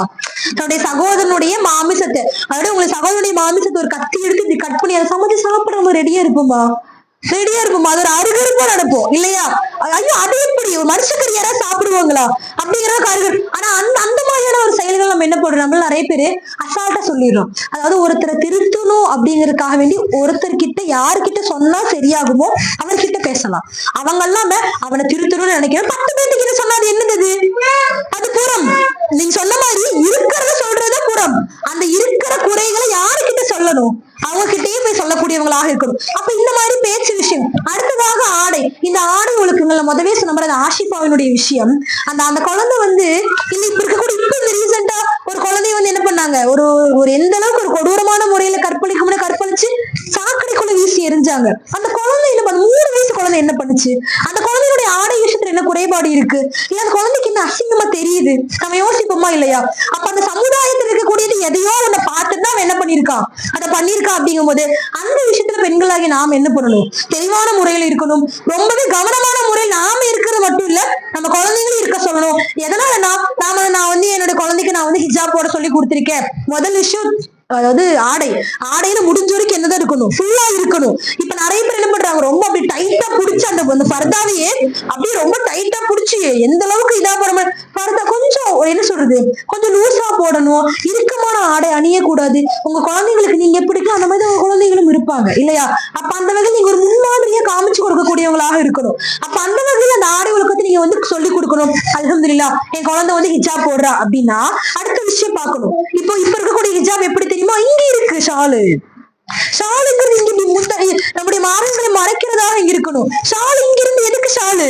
அந்த தேவையே இல்லையா இருந்தது? சும்மா தலையில சுத்தி கெட்டுறதுக்கா? தலப்பாகையே நம்ம போட்டு போயிடலாமே. அந்த ஷால் அப்படிங்கிறது எங்க இருக்கணும்? நம்முடைய இந்த மார்பகங்களை மறைக்கக்கூடியதாக இருக்கணும். அந்த ஷால் இப்ப என்ன ஆயிடுச்சு? ட்ரெண்ட் ஆயிடுச்சு. நம்ம குழந்தைகளை எங்க போடுறாங்க? இங்க போடுறாங்க. நீங்க நல்லா ஒண்ணு கவனிச்சு பாருங்க சகோதரிகளை, எதெல்லாம் இஸ்லாம் வந்து வேண்டாம்னு சொல்லுதோ அதெல்லாம் வந்து ட்ரெண்டா வந்து நிக்கும், ஃபேஷனா வந்து நிக்கும். நீங்க கவனிச்சு பாத்தீங்கன்னா உங்களுக்கு தெரியும். நான் சொன்னேன் இல்லையா, அந்த முந்தானையை மார்பகங்கள் மீது போட்டுக் கொள்ளுங்கள்னா இங்க போடுறதா ட்ரெண்டு. ஆடைகளை இறுக்கமாக அணியாதீங்கன்னா ஆடைகளை இறுக்கமாக்குறதே என்னது ரொம்ப ஃபேஷனா இருக்கு. இன்னும் சொல்ல அந்த ஃபேஷனை பத்தி சொல்ல, ஆடை குறைப்பை பத்தி ஒரு ஆணானவன் ஒரு ஃபேஷனா வர்றான், ஒரு மாடர்னா வரான், அவன் என்ன வரும்? எப்படி வருவா? நல்ல கோட் ஷூட் எல்லாம் போட்டு, நல்ல ஒரு ஷூ போட்டு, நல்ல டையெல்லாம் கட்டி, அவருடைய ஆடை எப்படி இருக்கும்? ஃபுல்லா இருக்கு. அவரோட ஆடை எப்படி இருக்கு? ஃபுல்லா இருக்கு. ஆனா அதுவே ஒரு பொண்ணு ஃபேஷனா வர்றா அப்படின்னா அது எப்படி இருக்கு? அரைகுறை ஆடை. அப்ப அந்த வேறுபாடை பிரிச்சு தந்தது யாரு? இந்த சமுதாயம் தானே. அப்ப இந்த சமுதாயம் எப்படி கற்பிக்கப்படுது? பெண்கள் பொதுவாகவே ஒரு என்னது ஒரு காட்சி பொருளா மாற்றப்படுறாங்க. நம்ம அதே ஒரு சோப்பு விளம்பரத்துக்கு அரைகுறையாடு நீ ஒரு ஆண் குளிக்க கூடாதா? அதையே ஒரு பெண்ணுடைய மோகம் அங்க திணிக்கப்படுது. அப்போ சமுதாயத்துல தப்பான விஷயங்கள் தப்பிலே தெரியாத அளவுக்கு என்ன பண்ணுது? சாதாரணமான நேரங்கள்ல கொடுக்கப்படுது. நம்ம பெண்களும் நாமளும் என்ன பண்றோம்? குழந்தைகளும் இதெல்லாம் ஒரு விஷயமா? ஒரு சாதாரண ஒரு விளம்பரம், நீ என்ன இதுக்கெல்லாம் சொல்ற அப்படின்லாம் நிறைய பேர் சொல்லுவாங்க. இன்னும் சாதாரண பாடல் வரிகள் நீங்க கவனிச்சு பாருங்க, எவ்வளவு ஆபாசமாக இருக்கு. நம்ம குழந்தைகளை சொல்ல ஊக்கப்படுத்துறோம். நிறைய பேர் அதை ரீல்ஸ் எடுத்து போடுறாங்க. எப்படியான அந்த சமூகத்தை நோக்கி நம்ம போய், இது நம்மளுடைய முஸ்லிம் சமூகமே நீங்க பாக்குறீங்களா இல்லையா? சாதாரண ஒரு சூப்பர் சிங்கர்லயே ஆகட்டும், நம்முடைய குழந்தைகள் வந்தாங்க பெருமைப்படுறதா? இதெல்லாம் ஒரு பெருமையா? இதெல்லாம் நிஜமா ஒரு பெருமையா? நம்ம அவமானப்படக்கூடிய நேரங்கள் அதெல்லாமே. அதாவது ரசூல் தான் நம்மளை எப்படி கொண்டு வரணும்னு நினைச்சாங்க. அதாவது நீங்க நன்மையை ஏது தீமையை தடுக்கக்கூடியவர்களாக இருக்கும். அந்த தீமையின் பக்கமே நம்ம என்ன பண்ணிட்டு இருக்கோம், செல்லக்கூடியவர்களாக இருக்கும். நம்ம வீடுகள்ல யாராவது ஏதாவது பாடுறோம். இப்ப எந்த அளவுக்கு நம்ம குடும்ப சூழ்நிலைகள் ஆயிடுச்சு. அதாவது இப்ப புது படத்தை அம்மா உங்களுக்கு உட்காந்து இந்த சீனை என்னடி ஆச்சு, ஐயோ அந்த சீனை பார்க்கல அடுப்படிக்குள்ள என்ன எனக்கு புரிய நினைச்சுமா. நம்ம குழந்தைங்க நம்ம எப்படி கொண்டு போறோம், சின்ன சின்ன விஷயங்கள் இந்த மாதிரி சாதாரண அதாவது நான் சொன்ன இல்லையா முதல்ல ஒரு ட்ராக் பேண்ட் ஒரு டிஷர்ட் போட்டு நிக்கிறது பரவாயில்ல விடு, நம்ம மாமா தானே, அதே அந்த மாமா தான் தவறான இடத்துல பார்க்கக்கூடியவங்களாக இருக்காங்க. அதே நான் முதவே சொன்ன மாதிரி என்னது, அதாவது ஒரு ஆய்வின் பிரகாரம் சமுதாயத்துல இந்த உலக நாடுகள்ல ஆகட்டும், உலக நாடுகள் அளவுல எடுத்தது வரைக்கும் இந்த பாலியல் மன்சூர் இந்த மாதிரி வன்கொடுமைகளுக்கு ஆளாகிறாங்க இல்லையா, அவங்க மூன்றாம் நபர்களை விடவும் பக்கத்து வீட்டுக்காரங்க சொந்தக்காரங்க மூலியமா தான் ஆகுறாங்களாம்பா. அப்ப அவங்க கிட்ட நம்ம என்ன பண்ணணும், நம்ம ரொம்பவே ஒழுக்கத்தோட சரியான முறையில இருக்கணும் இல்லையா. இன்னும் சகோதரிகள் உங்களுக்கு குழந்தைகளோட அந்த ஸ்கூல்ல எல்லாம் முதல்ல என்னன்னா ஆண் பெண் கலந்த ஸ்கூலை அவாய்ட் பண்ணுவாங்க, தவிர்ப்பாங்க. எங்க புள்ள அங்க போய் கெட்டு காதல் அதிகன்னு ஆயிருமோ அப்படின்னு யோசிப்பாங்க. ஆனா இப்ப இன்னும் அதுக்கு ஒரு படி மேல போய் நாம என்ன பண்ணுவோம், லேடிஸ் ஸ்கூலா பார்த்து சேர்த்துவோம். பிள்ளைங்க படிக்கிற ஸ்கூலு, பசங்க பையன் படிக்கிற அந்த ஸ்கூலா. ஆனா இப்ப அதுலயும் மேல போய் ஒரு ட்விஸ்ட் என்னதுன்னா ஒரு பால் சேர்க்கைன்னு சொல்லக்கூடிய அந்த ஒரு இது வந்துருச்சு. அதுக்கு அரசாங்கமே என்ன பண்ணுது, அதுக்கு அங்கீகாரம் தருது அரசாங்கம். இதே இந்த கோயம்புத்தூர் எங்க இருக்கு, இங்கதான் இருக்கு. இங்கிருந்து எவ்வளவு மணி நேரம் டிராவல் இருக்கும், ஒரு 3/4 மணி நேரம் இருக்குமா. இந்த கோயம்புத்தூர்ல ஒரு பேரணி, இந்த தமிழ்நாட்டு லெவல்ல கோயம்புத்தூர்லயும் சென்னையில தான் பேரணி ஒரு பால் சேர்க்கைக்கு ஆதரவாக பேரணி நடத்தப்படுது. 2000 பேத்துக்கு மேலப்பா அதுல பங்கேற்கிறாங்க. நம்ம நினைப்ப யார் அதுக்குள்ள கிறகும், அதெல்லாம் நம்மளுக்கு எல்லாம் பிடிக்குமோ அப்படின்னு நம்ம நினைக்கிறோம். நம்ம சமுதாயத்தில் இருக்கிறவங்க அந்த பேரணியில பங்கெடுத்தாங்க. இன்னும் சொல்லணும்னா கோயம்புத்தூர்ல ஒரு நீதிபதி தான் துவக்கியே வைக்கிறாரு. புரியுது நம்முடைய சமூகம் எதை நோக்கி போய்கொண்டிருக்குதுங்கிறது. நம்ம எந்த அளவுக்கு ஒரு இக்கட்டான சூழ்நிலையில் நம்ம இருக்கோங்கிறது பெண்களாகி நாம தெரிஞ்சுக்கணும். ஏன்னா ஒரு குடும்பத்தையே வழிநடத்தி கொண்டு போறவங்க யாருதான், பெண்கள் தான். சும்மாவோட ரசூல் ஒரு பெண்ணு கல்வி கற்றுக் கொடுத்தால் அந்த சமுதாயத்திற்கே கல்வினா, ஏன்னா அந்த பெண்களுடைய முதவே சொன்னேன், இந்த வாய் இருக்கு இல்லையா, இந்த வாய் அது ரொம்ப பேசுனா நன்மையும் பேசும் தீமையும் பேசும். இப்ப ஏதாவது நீங்க விஷயத்த கேக்குறீங்கன்னா நீங்க சும்மா இருக்க மாட்டீங்க, வீட்டுக்கு போய் என்ன சொல்வீங்க, இன்னைக்கு பயான்ல என்ன சொன்னாங்க தெரியுமா, இதெல்லாம் சொன்னா. ஆனா ஒரு ஆண் அப்படி சொல்ல மாட்டா. நீங்க கவனிச்சு பாருங்க, 90% ஆண்கள் இப்படி சொல்லவே மாட்டாங்க. அதை அவங்க கேட்டாங்கன்னா அது அவங்களுக்குள்ளேயேதான். ஆனா பெண் அப்படி இல்லை, ஏதாவது ஒரு விஷயத்த நம்ம கேட்டுட்டோம்னு வச்சுக்கோங்க, அது எப்படா போய் இறக்கி வைப்போம். அது நல்ல விஷயமாகட்டும் தீய விஷயமாகட்டும் நாம அதை எதுக்காக வேண்டி பயன்படுத்திக்கணும், நன்மையான விஷயங்களுக்கு பயன்படுத்திக்கணும். அப்ப அந்த வகையில் இங்க இருக்கக்கூடிய ஒவ்வொருத்தரும் நம்மளுக்கு என்ன, நமக்கு பொறுப்பு இருக்கு. ரசூலுல்லாஹ் சொல்றாங்க ஒவ்வொருவரும் பொறுப்புதாரிகள்ங்கிறாங்க. உங்களுடைய பொறுப்புகளை குறித்து மறுமையில் கேள்வி கேட்கப்படுவீர்கள் அப்படிங்கிறாங்க. அப்ப இங்க இருக்கக்கூடிய ஒவ்வொரு பெண்களும் ஒரு சமுதாயம். நீங்க நினைப்பீங்க நான் ஒருத்தி தானே, நான் சாஜிதா சுமையா அப்படி இந்த மாதிரி ஒவ்வொருத்தரும் நான் ஒருத்தி தானே அப்படின்னு. நாம தான் ஒரு சமுதாயம், நாம தான் ஒரு குடும்பத்தையே என்ன பண்றோம், வழிநடத்தி கொண்டு போற அடுத்த ஒரு சமுதாயத்தை உருவாக்கக்கூடியவர்களாக நாம இருக்கோம். சந்ததியினராக நம்ம கீழே நம்ம குழந்தைங்க, அதுக்கு கீழே அடுத்த குழந்தைங்க, அப்படிதான் ஒவ்வொரு தலைமுறைகள் உருவாக்கப்படுது. அப்ப அந்த வகையில நம்முடைய சமுதாயத்தை நாம தான் என்ன பண்ணுதாகணும். அப்ப அந்த வகையில கோயம்புத்தூர்ல 2000க்கும் மேற்பட்டவர்கள் பேரணியாக நடந்து வராங்க. அதை துவக்கி வைப்பதே ஒரு நீதிபதி அப்படிங்கும் போது எந்த அளவிற்கு ஒரு சமுதாயம் சீர்கேட்டை நோக்கி போய்கொண்டிருக்கு. இன்னும் சென்னையில அப்படிங்கும் போது தமிழிசை பாண்டியன்னு சொல்லக்கூடிய அந்த ஒரு நபர், ஒரு ஃபேமஸான ஒரு நபர், ஒரு பிரபல்யமானவர், அவன் துவக்கி வைக்கிறாங்க. அப்ப இந்த மாதிரி பெரிய பெரிய ஆளுகள் துவக்கி வைக்கும் போது அது என்ன சொல்ற, குழந்தைகளுடைய மனசுல என்ன தோணும், பரவாயில்லையே பெரிய பெரிய ஆளுகள்லாம் என்ன பண்றாங்க, அதை ஆதரிக்கிறாங்க அப்படிங்கிற அந்த ஒரு போக்கு தானே வரும். அந்த ஒரு போக்கு தானே அவங்களுக்கும் வரும். இன்னும் அவங்களுடைய கூட படிக்கக்கூடிய அந்த பெண் பிள்ளைகளை, பெண்கள் சும்மா உள்ள ரசூலுல்லாஹ் சொல்லும் போது 2 பெண் பிள்ளைகள் என்ன பண்ண சொல்றாங்க, ஒரே பொருவிக்குள் படுக்க வைக்க வேண்டாம்ங்கிறாங்க. ரசூலுல்லாஹ் சும்மா எல்லாம் ஒண்ணு சொல்லல, ஒவ்வொரு விஷயங்களையும் 1400 வருடங்களுக்கு முன்னாடியே ஒவ்வொரு விஷயத்தையும் துல்லியமா சொல்றாங்க. நான் முதல்ல சொன்ன எந்த தலைவரும் இந்த அளவுக்கு சொல்லி தந்துட்டு இல்ல.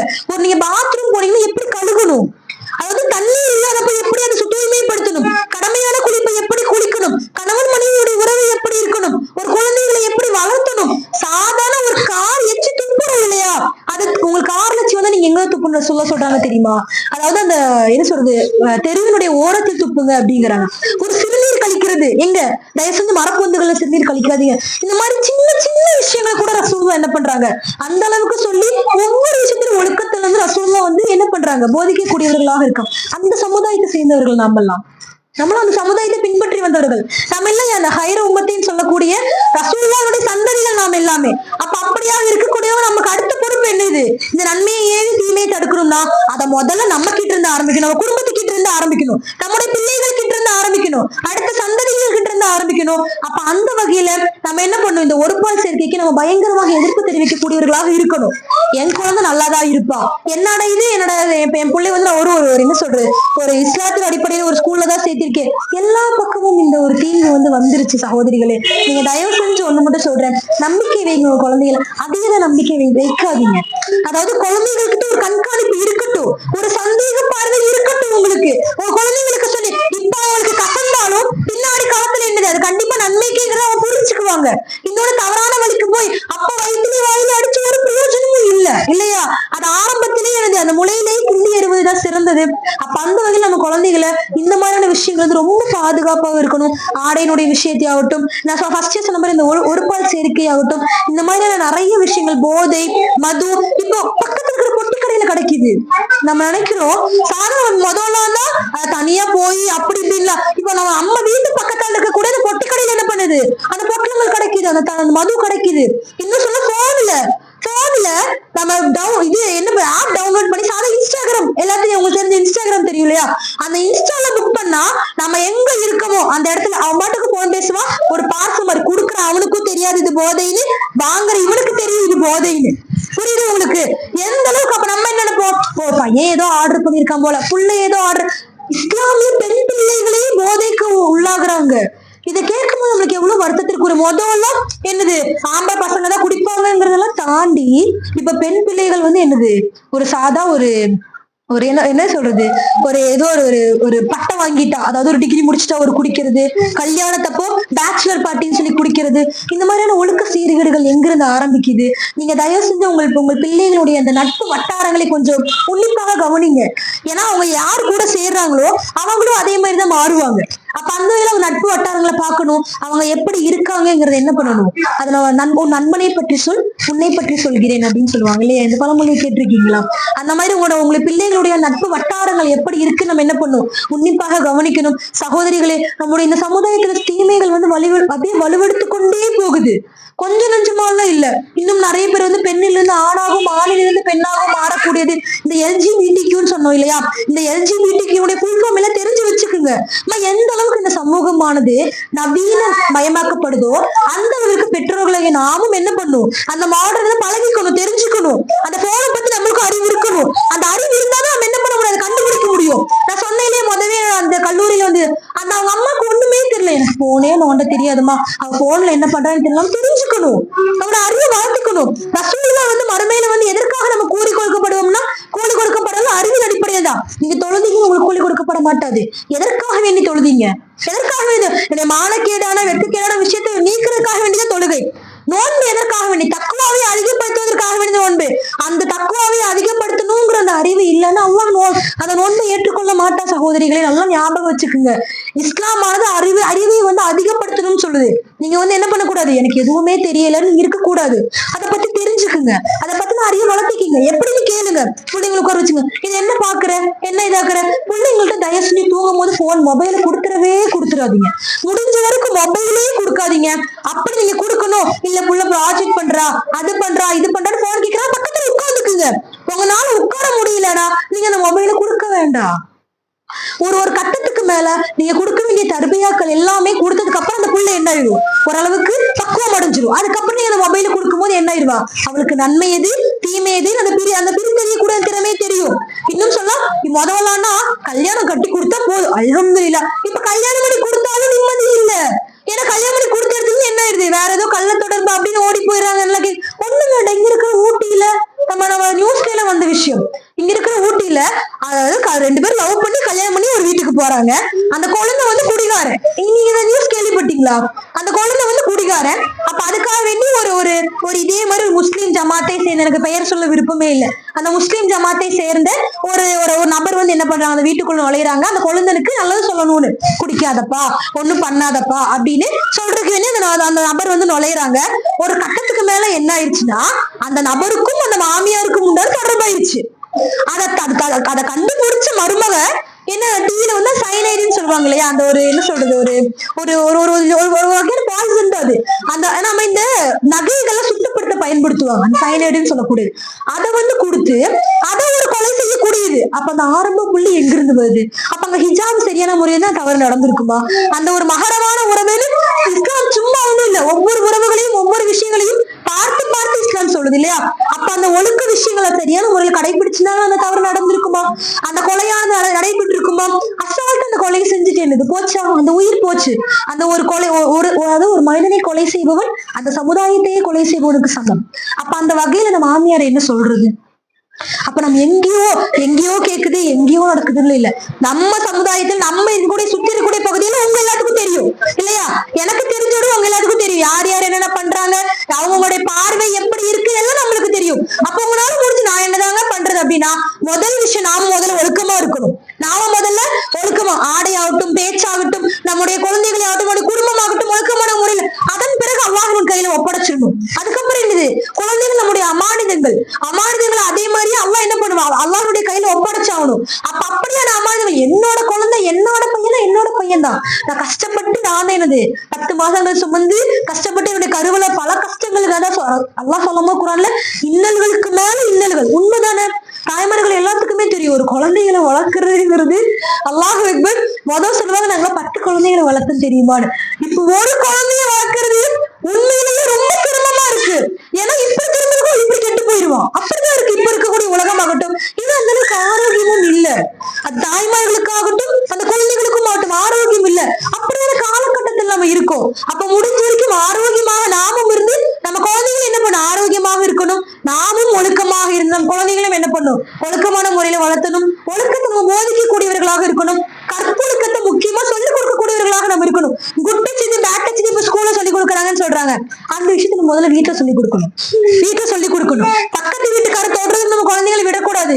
சாதாரண மாமாவாகட்டும், என்னோட தம்பி தானே கல்யாணமாக பிள்ளை தொட விடக்கூடாது. கல்யாணமானாலே டவுட் தான், தொட விடக்கூடாது. என்ன நீங்க இப்படி சொல்றீங்க, என்னோட தம்பிதான், என்னோட அண்ணாதான், என்னோட இவங்கதான் அப்படின்னா எல்லாமே உங்களுக்கு அதே அவங்களாதான் துன்புறுத்தவும் படுறாங்க. அப்ப அந்த மாதிரியான விஷயங்கள்ல சகோதரிகளே தயவு செஞ்சு ரொம்ப கவனமாக இருங்க. உங்க குழந்தை வளர்ப்பு நம்ம சரியா சும்மா ஒரு ரசோலா சொல்லும் போது, தந்தை தன் மக்களுக்கு கொடுக்கும் அன்பளிப்புகளில் மிக சிறந்தது நல்லொழுக்கமும் கல்வியும் ஆகும். நல்லொழுக்கம் தான் ரசூலுல்லாஹ் ஃபர்ஸ்டா சொன்னாங்க. அதுக்கப்புறம் தான் என்ன சொன்னாங்க, கல்வியை சொன்னாங்க. அப்ப அப்படியான ஒழுக்கத்தை எல்லாத்துக்குமே ஒழுக்கங்கள். சாப்பிடுறது ஒழுக்கம். சாப்பிடுறதுல என்னது, குழந்தைங்க இப்போ ஹோட்டல் போய் சாப்பிடுறங்கிற சாப்பாட்டு மோகத்துல ஹராமா ஹலாலாம் கூட இப்ப இருக்கவங்க பாக்குறது இல்ல. அப்ப அந்த சாப்பாட்டு ஒழுக்கம் எங்க போயிருது?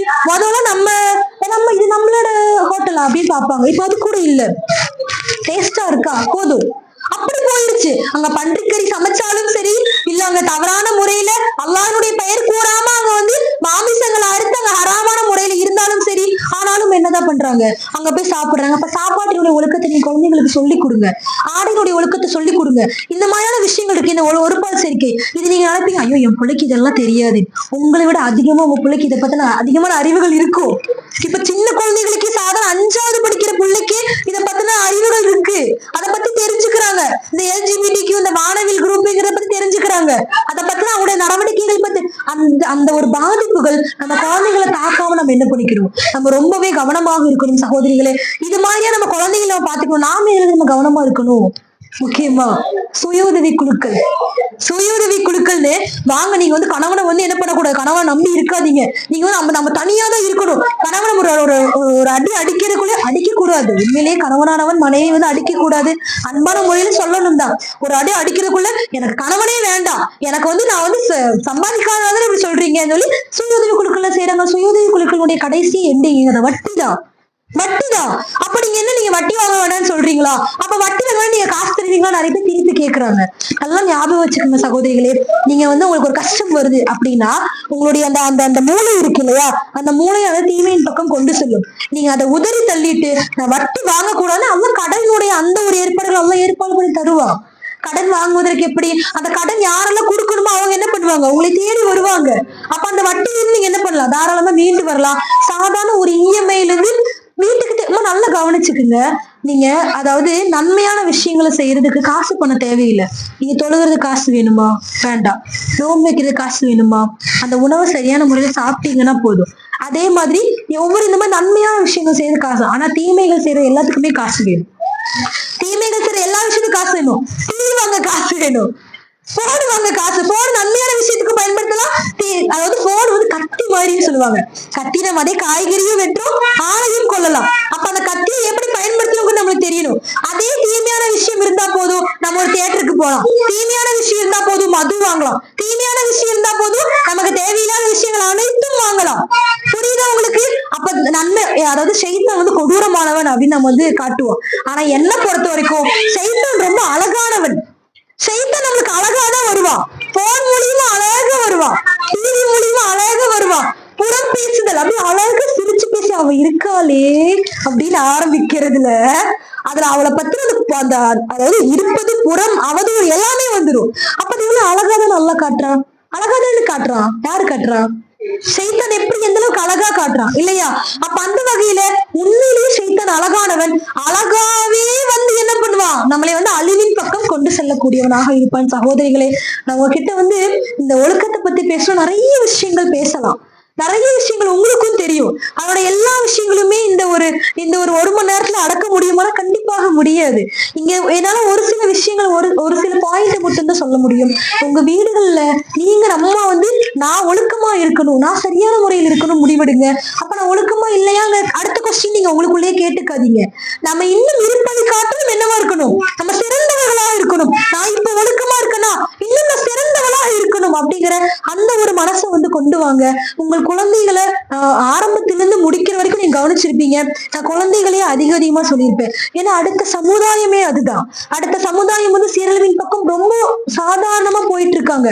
நமக்கு தெரிஞ்சோ தெரியாமலோ நம்ம அதை ஊக்குவிச்சுட்டு இருக்கோம். நம்ம போன டிவி போட்டு நம்மளும் உட்கார்ந்துக்கிறோம். அப்ப எப்படி அந்த குழந்தைகள் வந்து டிவி ஆஃப் பண்ணுவாங்க? நம்ம தொழுகிறது இல்ல. நம்ம தொழுகாம குழந்தைங்களை தொழுகுற குழந்தைங்க நீமா தக்குழும் நம்ம அதை தக்காழும் நீங்கள் செய்யாத ஒன்றை பிறருக்கு ஏவாதீர்கள்னு சொல்றாங்க ரசூலுல்லாஹ். இன்னும் ரசூலுல்லாஹ் சொல்ற அதுக்கு உண்டான தண்டனை என்ன தெரியுமா? அது நீங்க தெரிஞ்சு வச்சுக்கோங்க. கண்டிப்பா நம்ம நிறைய விஷயத்த போய் பேசாத அப்படின்னு சொல்லிட்டு யாராவது வந்து கேட்டா அந்த அக்காட்ட நான் இங்க இல்ல சொல்லு, என்னது இது? அப்ப அந்த பொய் எங்க ஆரம்பிக்குது? அந்த பொய்யானது எங்க ஆரம்பிக்குது? நம்ம கிட்ட இருந்தா ஆரம்பிக்குது. பொறாமைமா, நீ புறம் பேசிடாதமா, மத்தவங்களை கெட்ட வார்த்தை திட்டிடாதமா, பக்கத்துல குழாயடி சண்டையில என்னென்ன கெட்ட வார்த்தைகள் வருமோ எல்லா கெட்ட வார்த்தைகளும் அவ இருக்காளே, அவ அப்படி அவ இப்படி என்னென்ன வார்த்தைகள் இருக்கும், கேவலமான வார்த்தைகள் எல்லா வார்த்தைகளையும் விட்டுறோம். அப்ப அந்த குழந்தை கேட்கும் போது நீங்க சொல்றது கேட்டுருமா? நீங்க சொல்றத கேட்டுருமா? அப்ப அதே மாதிரி ஒரு கல்யாணத்துக்கு போறோம். அந்த குழந்தைய இப்போ இன்னும் நிறைய குழந்தைங்க புரிஞ்சுக்கிறாங்க. தாய்மார்கள் புரிஞ்சுக்கிறது இல்லையோ, தந்தைமார்கள் பெற்றோர்கள் புரிஞ்சுக்கிறது இல்லையோ ஒரு வருத்தத்தில் குழந்தை வந்து ஹிஜாப் போட்டுட்டு போனா சொன்னா கூட பெசாமிரு. கல்யாணத்துக்கு போகும்போது அங்க எல்லாரும் நல்லா எவ்வளவு அலங்காரமா வருவாங்க. நீ மட்டும் இந்த பர்தா வந்து கருப்பு இதாக்கிட்டு போட்டுட்டு ஷால் சுத்திட்டு வருவேன். அதெல்லாம் ஒண்ணு வேண்டாம், அழகா தலசி இதாக்கு. இது என்னது? இது நம்ம குழந்தைகள் நாமே தானே கெடுக்கிறோம். அப்ப அதே குழந்தை இன்னொரு ஸ்டெப் மேல போய் என்ன பண்ணுவோம்? ஆடை குறைந்த ஆடைகளை போடும். அப்ப அதுக்கு நம்ம ஒண்ணுமே பேச முடியாது. அந்த இடத்துல நம்ம பேச முடியுமா? பேச முடியாத சூழ்நிலை ஆகட்டும். அதே மாதிரி ஹிஜாப் ஆகட்டும். இப்ப அல்ஹம்துலில்லாஹ் நம்ம எல்லாருமே என்னது ஹிஜாபோட இருக்கும். இதே ஹிஜாப் நம்முடைய குழந்தைகளுடைய திருமணங்கள்ல இருக்கா அப்படின்னா கேள்விக்குறி. என்னைக்காவது ஒரு நாள் தானே, வாழ்க்கையில ஒரு முறைதான திருமணம் அப்படின்னா அந்த ஒரு முறை மட்டும் நீங்க நரகத்துக்கு போனா உங்களுக்கு போதுமா? அந்த ஒரு முறை மட்டும் உங்க குழந்தைங்க நீங்க நரகத்துக்கு கை கொண்டு என்ன சொல்றது கையை பிடிச்சிட்டு போனா உங்களுக்கு பரவாயில்லையா? அத்தனை நாள் ஹிஜாபோட இருந்துட்டு அந்த ஒரு நாள் அந்த ஹிஜாப் போனதுடைய விளைவு நீங்க சொன்னா நம்ப மாட்டீங்க சகோதரிகளே. கோயம்புத்தூர்ல நடந்த ஒரு உண்மை சம்பவம். அந்த புள்ளை எப்பவுமே ஹிஜாபோடயே இருக்கிறது, அந்த ஒரு நாள் மட்டும் ஹிஜாபோடு இல்ல. அல்லாஹ் இருந்து மாஷா அவ்வளவு அழகு அந்த குழந்தை, அவ்வளவு அழகா அந்த பொண்ணு இருந்தது. அந்த மறாதான் அந்த கல்யாணம் பண்ணிட்டு போய் அந்த வீட்டுல பாலியல் சீண்டல்களுக்கு உள்ளாகி அந்த குழந்தை. அப்ப அந்த பையன்ட்ட ஏன் இப்படி பண்ணேன்னு கேட்டா, ஐயோ அவ அவ்வளவு அழகா இருந்தா. அவ சொல்ற பதில், அவ அவ்வளவு அழகா இருந்தா. அவ அந்த மேடையில உட்கார்ந்து இருந்தா. எப்படி இருந்தா தெரியுமா? தங்க சிலை மாதிரி இருந்தா. அப்போ இது என்ன சொல்றது? அப்ப அந்த ஒரு நாள் அந்த பொண்ணு வந்து இதுக்கும் என்ன சொல்றது, கண்ணை வந்து கண் கூட தெரியக்கூடாது, அந்த கண்ணு கூட அந்த போடக்கூடிய அந்த பெண்மணியினுடைய ஒரு நாள் கூத்துன்னு சொல்லுவாங்க இல்லையா? அந்த ஒரு நாள் கூத்துக்குன்னு அவனோட வாழ்க்கையே போயிருச்சு. அப்போ இந்த மாதிரி நம்மளோட சின்ன விஷயம் தானே, அந்த சின்ன விஷயத்துலதான் என்னது மிகப்பெரிய தீமையானது ஆரம்பிக்கிற சகோதரிகளே. அப்ப அந்த வகையில நாமும் ஒழுக்கமாக இருந்து நம்ம குழந்தைகளையும் என்ன பண்ணும், ஒழுக்கத்தோட வளர்த்து நாம் இன்ஷா அல்லாஹ் இருக்கக்கூடியவர்களாக இருக்கணும். நம்முடைய ஒவ்வொரு சின்ன சின்ன விஷயங்களும் முன்மாதிரியாக இருக்க வேண்டும். நம் குழந்தைகளுக்காகட்டும் சமுதாயத்திற்கே ஆகட்டும் நம்ம என்ன பண்ணும், முன்மாதிரிகளாக இருக்கணும். நன்மையை ஏவி தீமையை தடுப்பவர்களாக இருக்க வேண்டும். எல்லா விஷயத்திலையுமே ஒழுக்கமானது இருக்கு. அந்த ஒழுக்கத்தை நாம் எப்படி பயன்படுத்துகிறோம் என்பதில் தான் நம்முடைய சுதந்திரமானது என்ன இருக்கு அடங்கி இருக்கு. சகோதரிகளே, வீடுகள்லயே நம்ம குழந்தை ஒரு தப்பு பண்ணிட்டு அடுத்த டைம் நம்ம என்ன பண்ணுவோம், அந்த சுதந்திரமானது படிச்சிருவோம். உண்மைதானே? ஒரு பிள்ளை டியூஷன் போறேன்னு போறா, டியூஷன் போற வரைக்கும் விடுவோம். டியூஷன் போக வெளியே சுத்த போயிட்டு நம்ம என்ன பண்ணுவோம், டியூஷனே கட் பண்ணிடுவோம். அப்ப அந்த சுதந்திரமானது எங்க போகுது நமக்கும் தெரியுது இல்லையா? அப்ப அந்த சுதந்திரத்தை நம்ம எப்படி உபயோகப்படுத்தணும் நம்ம தெரிஞ்சுக்கணும். இப்ப இங்க இருக்கக்கூடிய எல்லாருமே சுதந்திரமானவர்கள் தான். நம்ம சுதந்திரத்தோட ஒழுக்கத்தோட நம்முடைய இந்த விஷயங்களை எப்படி சொல்லணும்ங்கிறது நமக்கு தெரிஞ்சிருக்கணும். நம்முடைய பேச்சில், நம்முடைய நடத்தையில், நம்முடைய செயலில், நம்முடைய ஹிஜாப்ல எல்லாத்திலுமே நம்ம என்ன பண்ணணும், ஒழுக்கம் உடையவர்களாக நம்முடைய குழந்தைகளையும் ஒழுக்கத்தோடையே பயணம் செஞ்சு நம் அனைவரும் சொர்க்கத்தில் எனது மறுமையிலும் இம்மையிலும் வெற்றி பெற்று மறுமையிலும் வெற்றி பெற்றவர்களாக நரக நெருப்பிலிருந்தும் நரக வேதனைகளிலும் பாதுகாத்து ஜன்னத்துல் ஃபிர்தௌஸ் என்ற உயர்ந்த சொர்க்கத்தில் இருக்கக்கூடிய நம் அனைவரையும் அல்லாஹ் ஆக்கி வருவானாக என்று கூறியவளாக என் உரையை முடித்துக் கொள்கிறேன். வாஹிர் தவானா அல்ஹம்துலில்லாஹி ரப்பில் ஆலமீன். அஸ்ஸலாமு அலைக்கும் வரஹ்மத்துல்லாஹி வபரகாத்துஹு. சிறப்பான விபச்சாரம்னா என்ன, நமக்கு தெரிஞ்ச விபச்சாரம்னா என்ன? ஒரு ஆளு ஒரு பொண்ணோட, கணவன் வேற பொண்ணோட, இல்ல மனைவி வேற பொண்ணோட இல்லையா? இன்னைக்கு கவர்மெண்ட் என்ன பண்ணிருக்குது, விரும்பினவங்க கூட யார் போனாலும் அது விபச்சாரம் கிடையாது. விரும்பாம எவனாவது ஏறி குடிச்சாதான் விபச்சாரம். கவர்மெண்டே சலுகை தந்துருக்குது இல்லையா? வெளிய அவ ஏன் அப்படி பண்ணிட்டா ஏன் பிடிச்சி ரொம்ப கேஸ் கொடுக்க முடியாது. இன்னைக்கு ஒவ்வொரு காலகட்டத்திலையும் ஒவ்வொரு விதத்துல அழிவு இருந்தது இல்லையா? லூத் அலைஹிஸ்ஸலாம் காலத்துல ஒரு சேர்க்கை, அதே மாதிரி ஒவ்வொரு நபிமார்கள் காலத்திலையும் சமூக அளவு மோசடிக்காக ஒரு லோகத்தையே அல்லாஹ் அழிச்சான். நான் தான் பெரியவன் அப்படிங்கிற ஆறு சமுதாயத்தினர், அதனாலேயே அவங்க அழிச்சான். அப்படி ஒவ்வொரு காலகட்டத்திலேயே இருந்த இது போய் இன்னைக்கு எல்லாமே இருக்கக்கூடிய ஒரு காலமாச்சு இல்லையா? நபிகள் நாயகம் ஸல்லல்லாஹு அலைஹி வஸல்லம் காலத்துல இருந்த பெரிய சோதனை என்ன வந்தது? பெண்கள் சிசு கொலை. வேற எந்த காலத்துல பிறவும் கூட என்ன பண்ணலாம், பெண்ண உயிரோட விட்டு ஆனந்தான் பண்ணா இல்லையா? நபிகள் நாயகம் ஸல்லல்லாஹு அலைஹி வஸல்லம் காலத்துல இருந்தது பெண்களை உயிரோட குறிக்கக்கூடியது. நபிகள் நாயகம் ஸல்லல்லாஹு அலைஹி வஸல்லம் சொல்லியிருக்காங்க, மனுஷனுடைய அழிவுக்கு காரணம் பெண் தான். அது மாதிரி என்னுடைய உம்மத்தும் எங்க ஆயிடுவாங்களோன்னு சொல்லிட்டு நபி ஸல்லல்லாஹு அலைஹி வஸல்லம் சொன்னாங்க இல்லையா? நரகத்துல அதிகமா யார பார்த்தேன்னு சொன்னாங்க, பெண்களை தான் பார்த்தேன்னு சொன்னாங்க சகோதரி. அப்போ எல்லாத்துக்குமே நம்ம எல்லாமே இப்ப அவங்க சொன்ன மனைவி அமைவதெல்லாம் அப்படி நீங்க புராண பாடம்னா இறை நம்பிக்கையாளருக்கு உண்மையாவும் பெண்ணத்தான் சொல்லியிருக்கு, இறை நிராகரிப்பாளருக்கும் உண்மையாவும் பெண்ணத்தான் சொல்லியிருக்கு. நம்ம இந்த சொன்னாங்க இல்லையா பாரதி, அதுல எல்லாம் பெண்ணும் பெண்ணும் ஆணும் பெண்ணும் எல்லாம் அந்த பேட்டி எல்லாம் பார்க்க தொடங்கினப்போ எல்லாமே வீட்டுலதான். அத்தனை பேரு எந்த தப்ப ஒரு புள்ள பையனை கூட்டிட்டு வந்தாதான் திட்டுவோம், பிள்ளைய கூட்டிட்டு வந்தா என்ன சொல்லுவான், என் கூட படிச்சது அவங்க பழகினதெல்லாம் பேஸ்புக் இப்படிதான். ஆனா பேசி வச்சுக்கிட்டாங்க என்னன்னு, நான் கூட படிச்சேன், அப்ப படிச்சேன், இப்ப படிச்சேன், வேலைக்காக வந்திருக்கேன். அத்தனை பேர் பேட்டி கொடுக்கறது அப்படிதான். வீட்டுல வந்து தங்குறாங்க, ஒரு பையன் என்ன பையன் ஒரு பையனை தான் கூட்டிட்டு வரான், ஒரு பையனை கூட்டிட்டு வரா, நினைப்பாங்க புள்ளைய கூட்டிட்டு வரா. ஆனா அது என்ன ஆகி போகுது, அதுல எப்படி எல்லாம் உறவுகளா இருக்காங்கன்னு பார்க்கும் போது அப்போ எங்கேயோ புடிச்ச நெருப்பு அப்படின்னு நீங்க பாக்காதீங்க. நம்ம வீட்டுல இல்ல, கதவை தட்டி நம்ம வீட்டுக்குள்ள வராம இருக்கிறதுக்கான விழிப்புணர்வு தான் இது. நம்ம பிள்ளைங்க எப்படி இருக்காங்க, அழகான வழிகாட்டுது இல்லையா? 7 வயசான படுக்கையில இருந்து விளக்கணும். நீங்க பிள்ளைங்க வந்து அவங்க உங்களை படுக்கணும், பிள்ளைங்க கூட படுப்பே அவங்க சொன்ன மாதிரி படுக்க கூடாது, வெட்டவும் கூடிய படுக்க வைக்க கூடாது. நாங்க எடுக்க போற இடத்துல எல்லாம் கிளாஸ் உரையாடுனாதான் நடத்துவோம். யார் வீட்டுல பிள்ளைங்க பக்கத்துல படுக்க வைக்கிறீங்க இதைத்தான் கேட்போம்.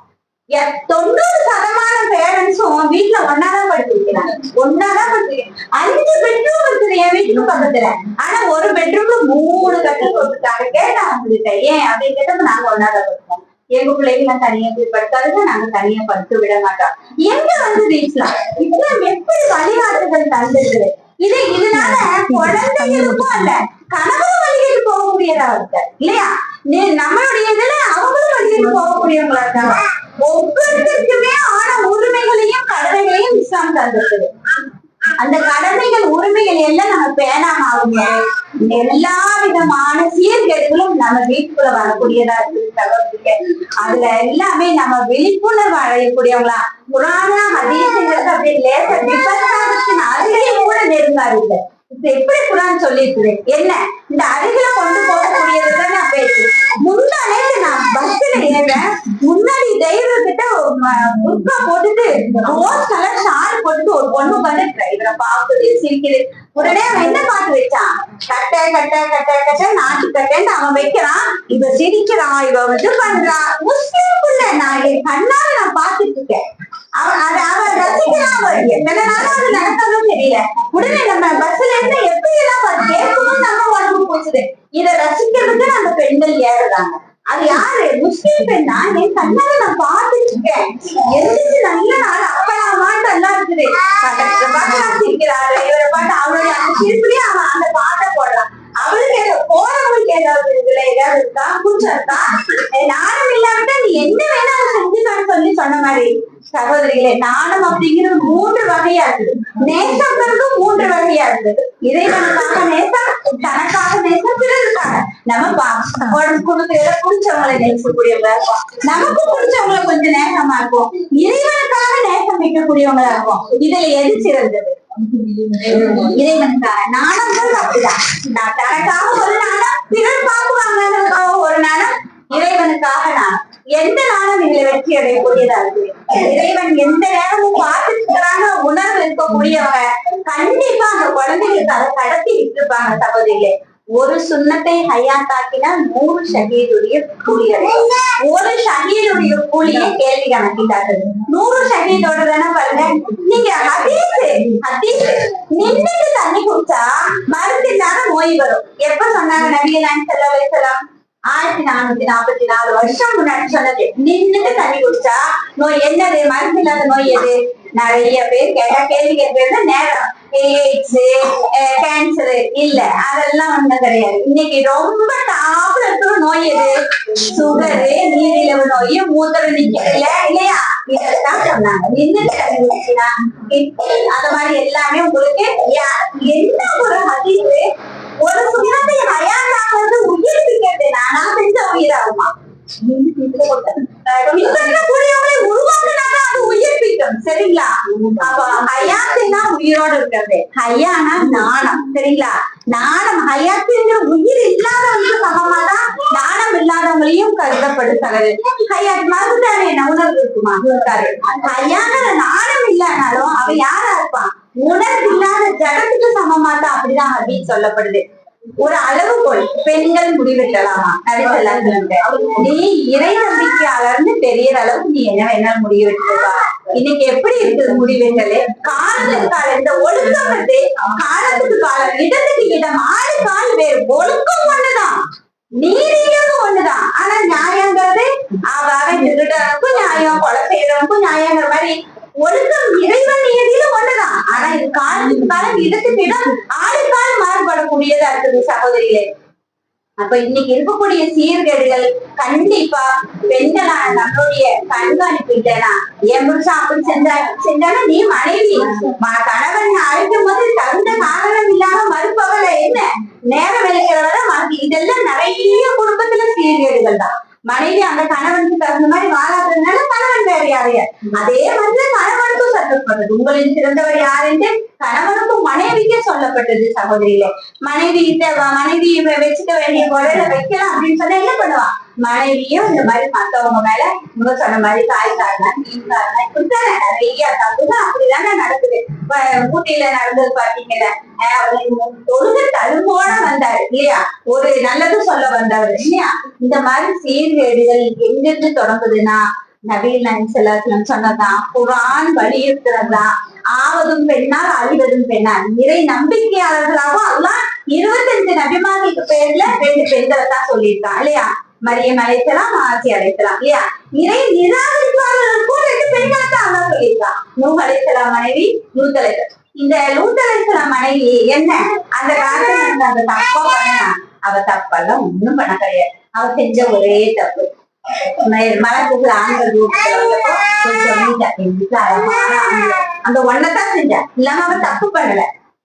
அப்போ நன்மைக்கு வழிவகுக்கலனா, கூட்டு நிக்கலனா, அந்த அழிஞ்சு போனவங்க பக்கம் அவன் அடிக்க வச்சாங்க. இப்படிதான் தீமை அப்படிங்கறது நமக்கு மாத்திரம் இல்ல, அல்லாஹ் குர்ஆன்ல அழகா சொல்லியிருக்கான் இல்லையா?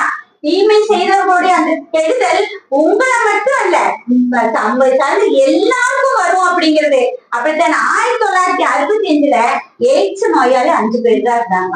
இன்னைக்கு இந்த வானவில் குரூப்னு சொன்னாங்களா, அன்னைக்கெல்லாம் ஒளிஞ்சு வீட்டுக்கு தெரிஞ்ச அடி அப்படிங்கிறது கவர்மெண்ட் என்னைக்கு அனுமதி கொடுத்ததோ, எந்த அளவுக்கு அது தொடங்கி வச்ச வருஷத்துல இருந்து 2024 இந்த வருஷம் அத்தனை கூட்டம். அந்த கூட்டத்துல பார்த்தா நிறைய அம்மா அப்பா தங்கச்சி அண்ணன் நீங்களே வந்துட்டீங்க, என் பிள்ளைங்களுக்கெல்லாம் அப்படியே அந்த அனுமதி கிடைச்ச அன்னைக்கு அம்மா கேஸ் விட்டு பேப்பர்ல என் பையனுக்கு இன்னைக்குதான் சுதந்திரம் கிடைச்சது, அவன் சுதந்திரமா வாழ போறான் சொன்னாங்க இல்லையா?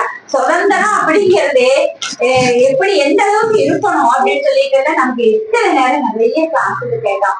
அப்போ நம்ம வந்துட்டு சமூக சீர்கேடு சமூகத்துல நடக்குதுன்னு எல்லாம் பாக்குறோம்னா, ஒவ்வொரு வீட்டுல இருந்துதான் அந்த சமூக சீர்கேடு, ஒவ்வொரு தனிநபர்ல இருந்துதான் அந்த சமூக சீர்கேடு இருக்குது.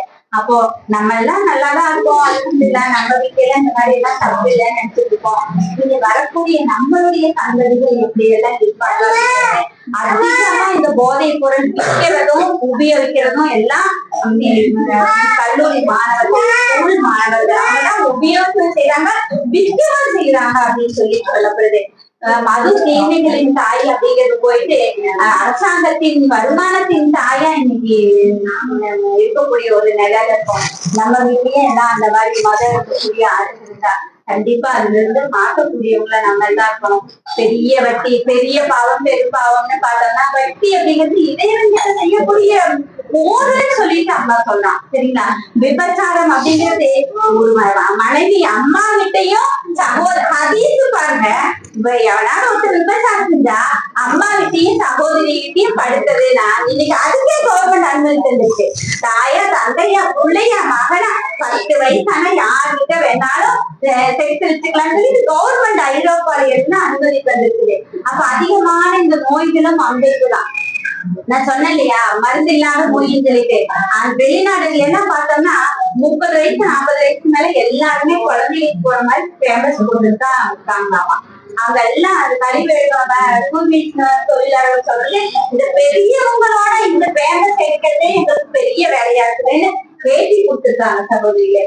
அங்க வந்த செயல் இங்க வர ஏன்னா கொரோனா வந்தப்பா சீனால எப்படி வந்து தெரியுது இல்லையா? இந்த மாதிரிதான் இந்த சமூகத்தில் இருக்கக்கூடிய சீர்கேடுகளை என்ன இது இப்படி எல்லாம் வந்தப்பதான் எனக்கே தெரியுது. நாங்கெல்லாம் இந்த மீட்டிங்க்கு போனதான் எல்ஜிபிடி இதெல்லாம் என்ன இப்படியும் மனிதர்கள் இருக்காங்களா? ஆனா செல்லுலயே வேற ஒண்ணும் நம்ம பாக்குறது இல்ல. நான் மேட்டுப்பாளையம்தான் ராணி புக்கு படிச்சு அடி வாங்கியிருக்கேன் எங்க அம்மாட்ட. எங்க அம்மா என்னைக்கு ஊருக்கு போகணும்னு தாமணிக்குள்ள ஒழிச்சு பக்கத்து வீட்டுல வெளியே எங்கேயும் வர முடியாது, பக்கத்து வீட்டுல அவசரம் இருக்குல்ல. அன்னைக்கு அப்படி இருந்த தீமை இல்லையா? ஏதாவது வீட்டுல டிவி கொலையும் பார்த்துட்டு ஒரு நாள் ஆனால் நம்ம பார்க்க போவோமா? முஸ்லிம்கள் நம்ம பார்க்க போக மாட்டேன். இன்னைக்கு நம்ம கைக்குள்ளேயே எல்லாம் வச்சுட்டுதான் நம்ம வாழ்ந்துட்டு இருக்கோம். ஆனாலும் அல்ஹம்துலில்லாஹ் அல்லாஹ் கிருபையில குர்ஆன் முறைகள், சரிங்களா? குர்ஆன்ங்கிற அந்த முறைகள் குர்ஆன்ல வரக்கூடிய வசனங்களை வச்சு ஹதீஸ் வச்சு நம்ம உரைச்சு பார்த்துக்கிட்டே இருக்கணும். இந்த எல்ஜிபிடி இதெல்லாம் வந்த பின்னதான் நான் யூடியூப்ல அடிக்கிறேன். ஓ இதை பத்தி தெரிஞ்சாலும் நமக்கு தெரியும் என்ன வரணும் அப்படி ஐயோ அதை பத்தி பேசுறதா இல்ல, விழிப்புணர்வு கொடுக்காம இருக்கு. அப்படி அதை பார்க்கும் போதுதான் இப்படி எல்லாம் இருக்காங்களா? 3 பேரு 4 பேரு 3 பேர் எப்படி விதவிதமா போயிட்டு கூப்பிடுறாங்கப்பா, விதவிதமா இருக்குது. இதை பத்தியெல்லாம் நமக்கு தெரியவே தெரியாது. இப்படி ஒரு ஒழுக்கமே சுதந்திரம்ங்கிறத ஜமாத் இஸ்லாமி நடத்தி இதுல பெண்களுக்கு எல்லாருக்கும் விழிப்புணர்வு இதெல்லாம் கேட்கக்கூடாது தெரியக்கூடாதுன்னு எல்லாம் ஒண்ணும் இல்லாம இது வந்த பின்னதான் இது என்னங்கிறதே செல்லுல வச்சு அடிச்சு பார்த்தோம். அடிக்கும் போதுதான் தெரியுது. நீங்களும் எல்லாம் பாருங்க. பார்க்கும் போதுதான் குழந்தைகள்கிட்ட வித்தியாசம் வந்தது தெரியாதவ தாயே கிடையாது. குழந்தைகள்கிட்ட கையில நல்லா நான் எடுக்கும்போது எப்பவுமே சொல்றேன் 5 விஷயங்கள் தான்: நட்பு, சினிமா, காதல், மது, போதை, வறுமை. இந்த 5 விஷயம்தான் அத்தனை சீர்கேட்டுக்கும் வழிவகுக்கக்கூடியதா இருக்குது.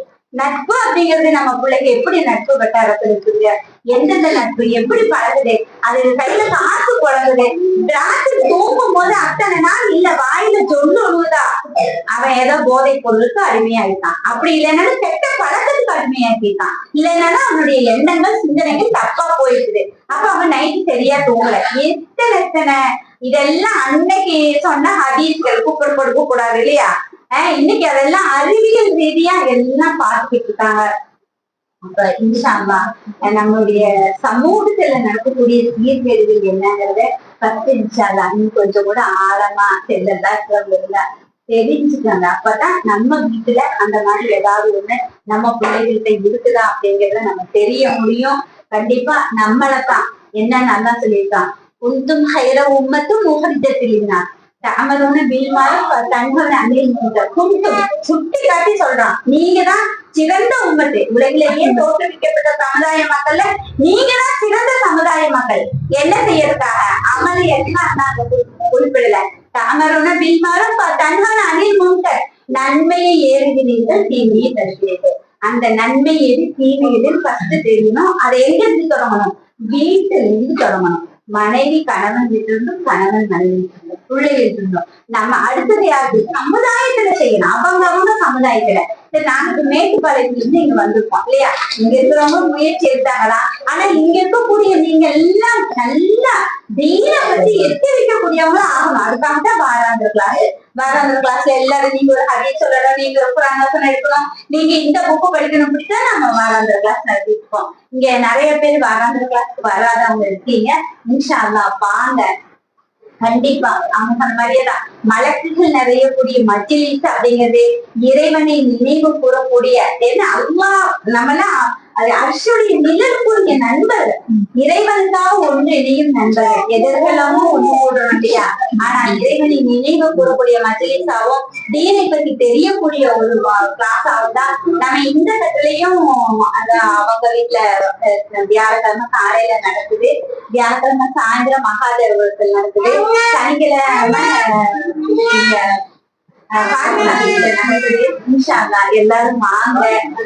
ஏன்னா வரும்போது சிலப்போ எங்களை விட நிறைய தெரிஞ்சவங்க இருப்பீங்க, எத்தி வைக்க நம்மளுக்கு நல்லா சொல்லியிருக்கா, நன்மை ஏவுபவங்களா தீமையை தடுப்பவங்களா.